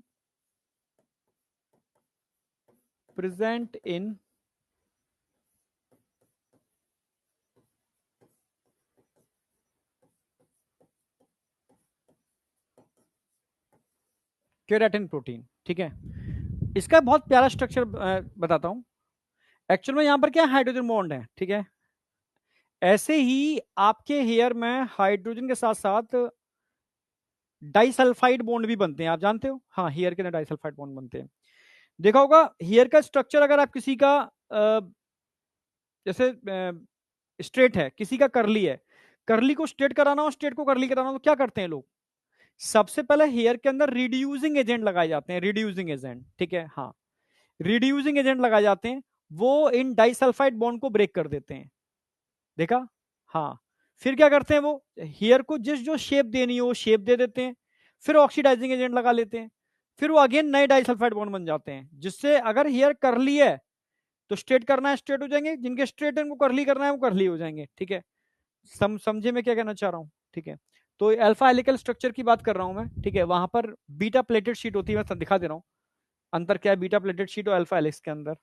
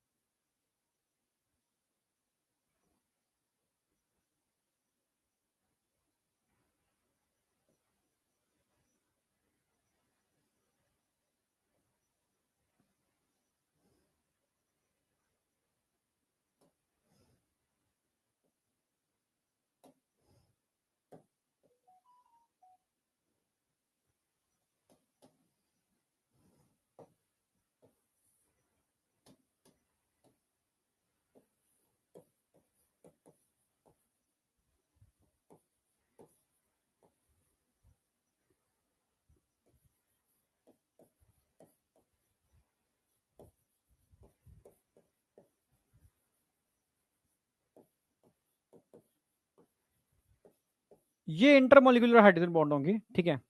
यहाँ टू पेलीपेप्टाइड हैं, इसको बोलते हैं beta pleated sheet, sheet like structure बनता है, तो एक नहीं बहुत सारे और भी शीट।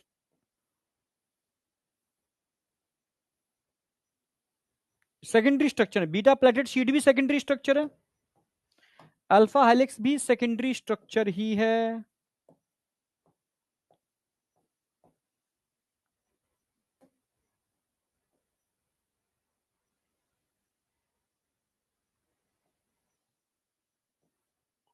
ठीक है। तो यहां पर हाइड्रोजन बॉन्ड होते हैं और कई polypeptide, more than one polypeptide आपस में इस तरीके कनेक्टेड होती हैं, ठीक है। मतलब शीट लाइक स्ट्रक्चर बन जाता है, कहीं पैरेलल तो कहीं एंटी पैरेलल, ठीक है, हाइड्रोजन बॉन्ड से। और ये स्ट्रक्चर कहां देखने को मिलेगा जरा बताओ? ये स्ट्रक्चर कहां देखने को मिलेगा? Silk protein.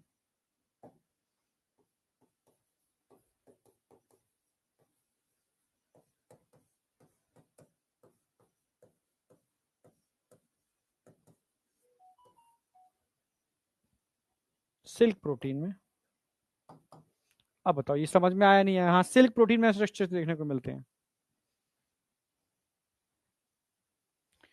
3.5 3.6 3.6 है ये, 5 नहीं 6 आता है निकल के एग्जैक्ट। 3.6 का मतलब है एक टर्न के अंदर, ईच टर्न, एक एक दो तीन तो पूरे एमिनो होंगे, एक हल्का आधा सा होगा, एक दो तीन पूरे होंगे, एक हल्का आधा होगा, ठीक है। यानी एक टर्न में लगभग 3.6 अमाइनो एसिड होते हैं एक टर्न के अंदर, ठीक है। राइट हैंडेड स्ट्रक्चर होता है, किसी किसी के अंदर लेफ्ट हैंडेड भी मिलता है, पर मोस्टली राइट हैंडेड होता है। बीटा प्लेटेड शीट, ठीक है, यहाँ पर शीट लाइक स्ट्रक्चर बनता है, ठीक है। Hydrogen bond, intermolecular hydrogen bond देखने को मिलेंगे, बीटा प्लेटेड शीट इसको कहते हैं। सिल्क प्रोटीन में ये स्ट्रक्चर देखने को मिलता है, सिल्क प्रोटीन में स्ट्रक्चर देखने को मिलता है। 3.6,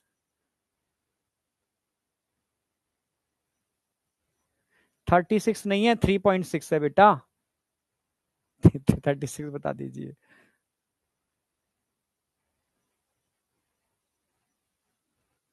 3.6 है, 36 नहीं है, 3 पॉइंट लगा है बीच में। अब सही है।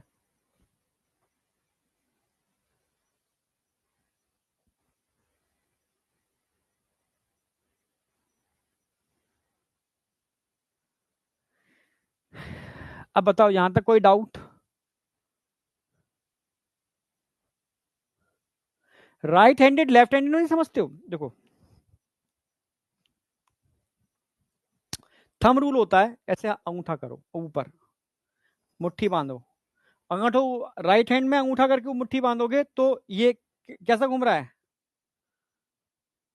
राइट हैंड ये ये उंगली ऐसे आ गई ना, ये क्लॉकवाइज आ गया, क्लॉकवाइज। लेफ्ट हैंड में आ जाओ, उंगली ऐसी कर लो, अब कैसा घूम रहा है? Anti clockwise, anti clockwise. जितने भी हेलिकल स्ट्रक्चर होते हैं क्लॉकवाइज होते हैं, मोस्टली क्लॉकवाइज ही होते हैं, एंटी क्लॉकवाइज रेयरली होते हैं, ठीक है, बट मोस्टली क्लॉकवाइज होते हैं।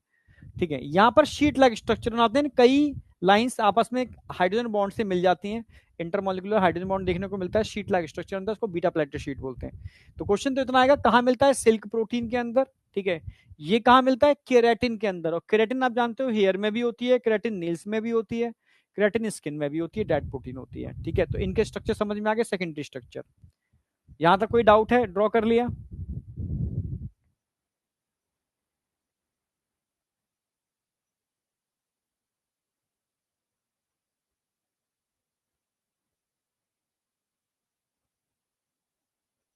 हरी वाली डॉट लाइन,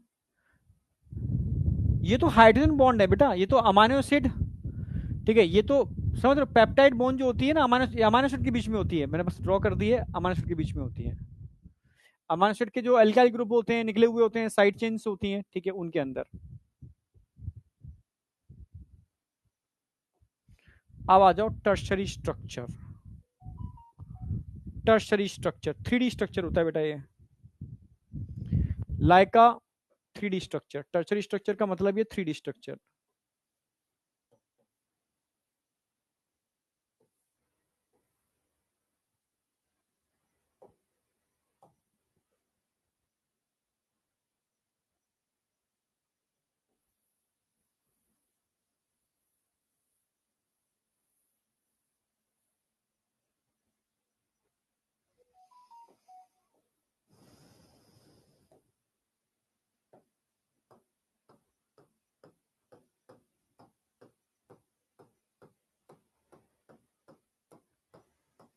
सब अमाइनो एसिड्स हैं, प्रोटीन्स हैं, इनके बीच में कई टाइप की बॉन्डिंग होगी, जैसे पार्शियल पॉजिटिव चार्ज है, कहीं पार्शियल नेगेटिव चार्ज है, आयनिक बॉन्ड बन जाएगा, कोवलेंट बॉन्ड बन ही रहा है। ठीक है, हाइड्रोफोबिक इंटरेक्शंस हो जाएंगे, हाइड्रोजन बॉन्ड्स बन जाएंगे, नन कोवलेंट बॉन्ड जितने भी होते हैं वो आपको मिल जाएंगे, आपको नन कोवलेंट बॉन्ड जितने भी टाइप के होते हैं।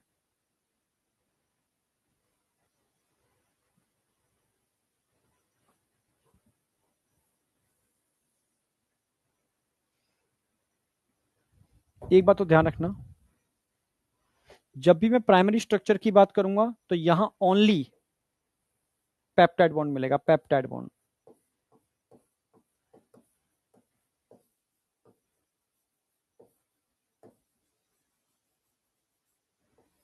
जब भी मैं सेकेंडरी स्ट्रक्चर की बात करूंगा तो यहां ध्यान रखना है आपको, यहां दो बॉन्ड मिलेंगे, पेप्टाइड बॉन्ड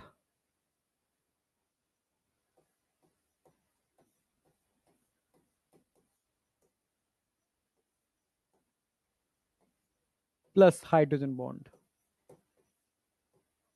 और कोई बॉन्ड की बात नहीं होगी यहां पर। हाँ, जब भी मैं टर्शरी बॉन्ड की बात, टर्शरी स्ट्रक्चर की बात करूंगा, ठीक है, तो यहां जितने भी नन कोवलेंट, मतलब जितने भी अदर बॉन्ड होते हैं, जैसे तुम्हें याद आ गया होगा, ठीक है, पेप्टाइड बॉन्ड तो हो गई, यहां पर पेप्टाइड बॉन्ड तो हो गई,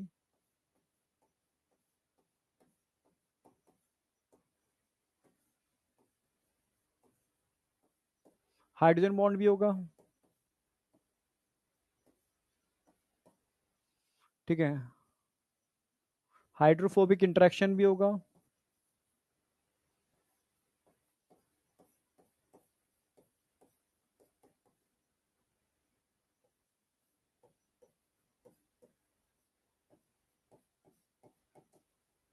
आयनिक बॉन्ड भी होगा यहाँ पर,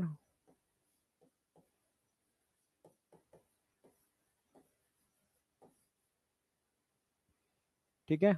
हाँ, पेप्टाइड बॉन्ड हो गया, हाइड्रोजन बॉन्ड हो गया, हाइड्रोफोबिक इंटरेक्शन हो गया, आयोनिक बॉन्ड भी हो गया। ठीक है। हाँ, एसिड और बेस टाइप के अमीनो एसिड होते हैं ना, उनके बीच में देखने को मिलते हैं आयनिक बॉन्ड। हाँ, डाइसल्फाइड बॉन्ड भी होंगे, बिल्कुल डाइसल्फाइड बॉन्ड भी होंगे।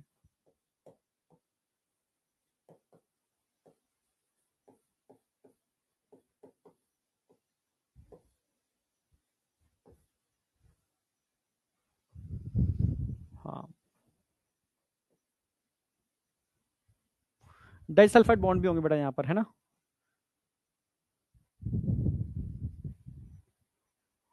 क्या बोल रहे हो? अच्छा अच्छा, ठीक है ठीक है।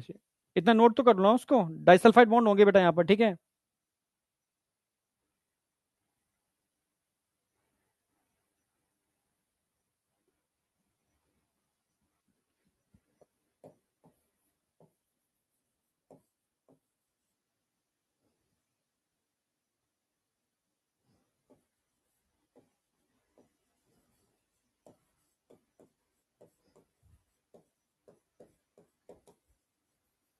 ये सारे बॉन्ड इसके अंदर देखने को मिलेंगे। ये आपका होता है 3D structure, tertiary structure.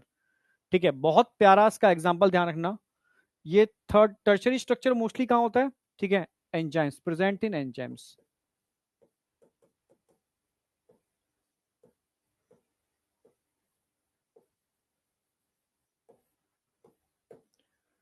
Quaternary structure का क्वेश्चन आएगा, कहां प्रेजेंट होगा quaternary structure? Present in haemoglobin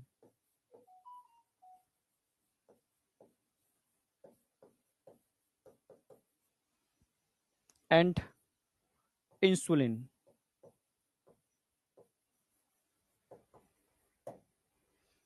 ठीक है। मायोग्लोबिन में tertiary structure enzyme and myoglobin. इसको मैं अलग अलग भी समझाऊंगा। ठीक है। अब बात करते हैं क्वाटरनरी स्ट्रक्चर क्या होगा। क्वाटरनरी स्ट्रक्चर देखो,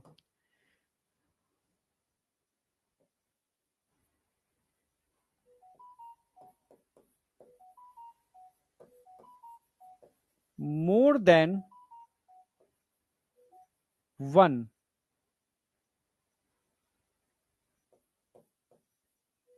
tertiary structure forms quaternary structure।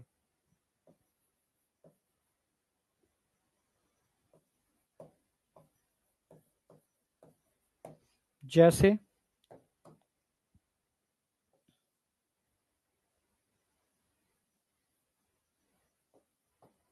एक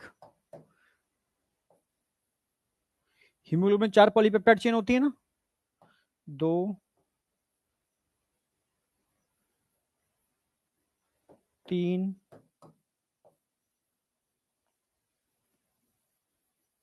4, और ये आपस में जुड़े होते हैं। बस कोवलेंट बॉन्ड नहीं होगा इनके बीच में, ध्यान रखना, नन कोवलेंट इंटरेक्शन से।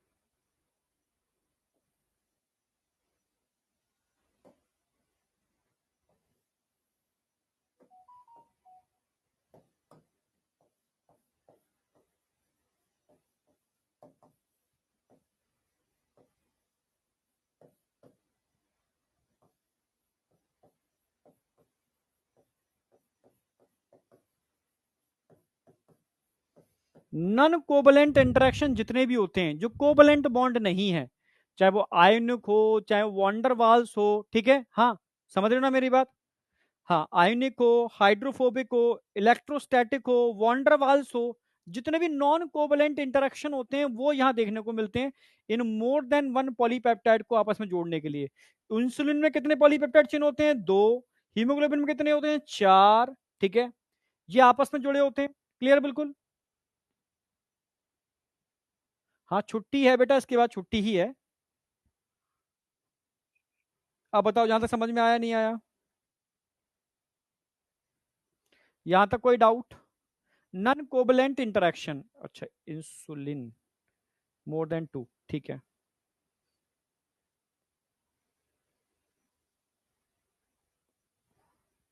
अभी मैं इंसुलिन यहाँ से हटा रहा हूँ, ठीक है, 1 मिनट रुक जाना, क्योंकि थ्री डायमेंशनल स्ट्रक्चर आना चाहिए, उसमें है नहीं, वो मेरे को देख के बताऊंगा। हीमोग्लोबिन तो होता ही है, एंजाइम हो गया, मायोग्लोबिन 3D स्ट्रक्चर हो गया, ठीक है। और यहाँ पर सिल्क प्रोटीन लिखा दिया मैंने, बस ये तो ध्यान रखना ही है आपको, ठीक है। एक स्ट्रक्चर यहाँ दे रखा है एनसीईआरटी में, ये एक पॉली प्राइमरी स्ट्रक्चर हो गया, सेकेंडरी स्ट्रक्चर हो गया beta pleated sheet, tertiary structure हो गया, और एक से ज्यादा टर्शरी स्ट्रक्चर मिलकर के क्या बनाते हैं? क्वाटरनरी स्ट्रक्चर, जहां कई पॉलीपेप्टाइड चेन इन्वॉल्व हो जाएंगे, क्वाटरनरी स्ट्रक्चर हो जाएगा, ठीक है। चलो यहाँ प्रोटीन आपका स्ट्रक्चर सारा खत्म हो जाता है, ठीक है। एनसीईआरटी मैं कल करा दूंगा, ठीक है। एंड करते हैं, तो कल मिलते हैं बेटा, सेम टाइम, ओके। हाँ, कोवलेंट बॉन्ड क्वाटरनरी में नहीं होते, नॉन कोवलेंट इंटरेक्शन क्वाटरनरी में होंगे, बिल्कुल सही, नॉन कोवलेंट इंटरेक्शन। क्लियर है? ओके बाय, कल मिलते हैं।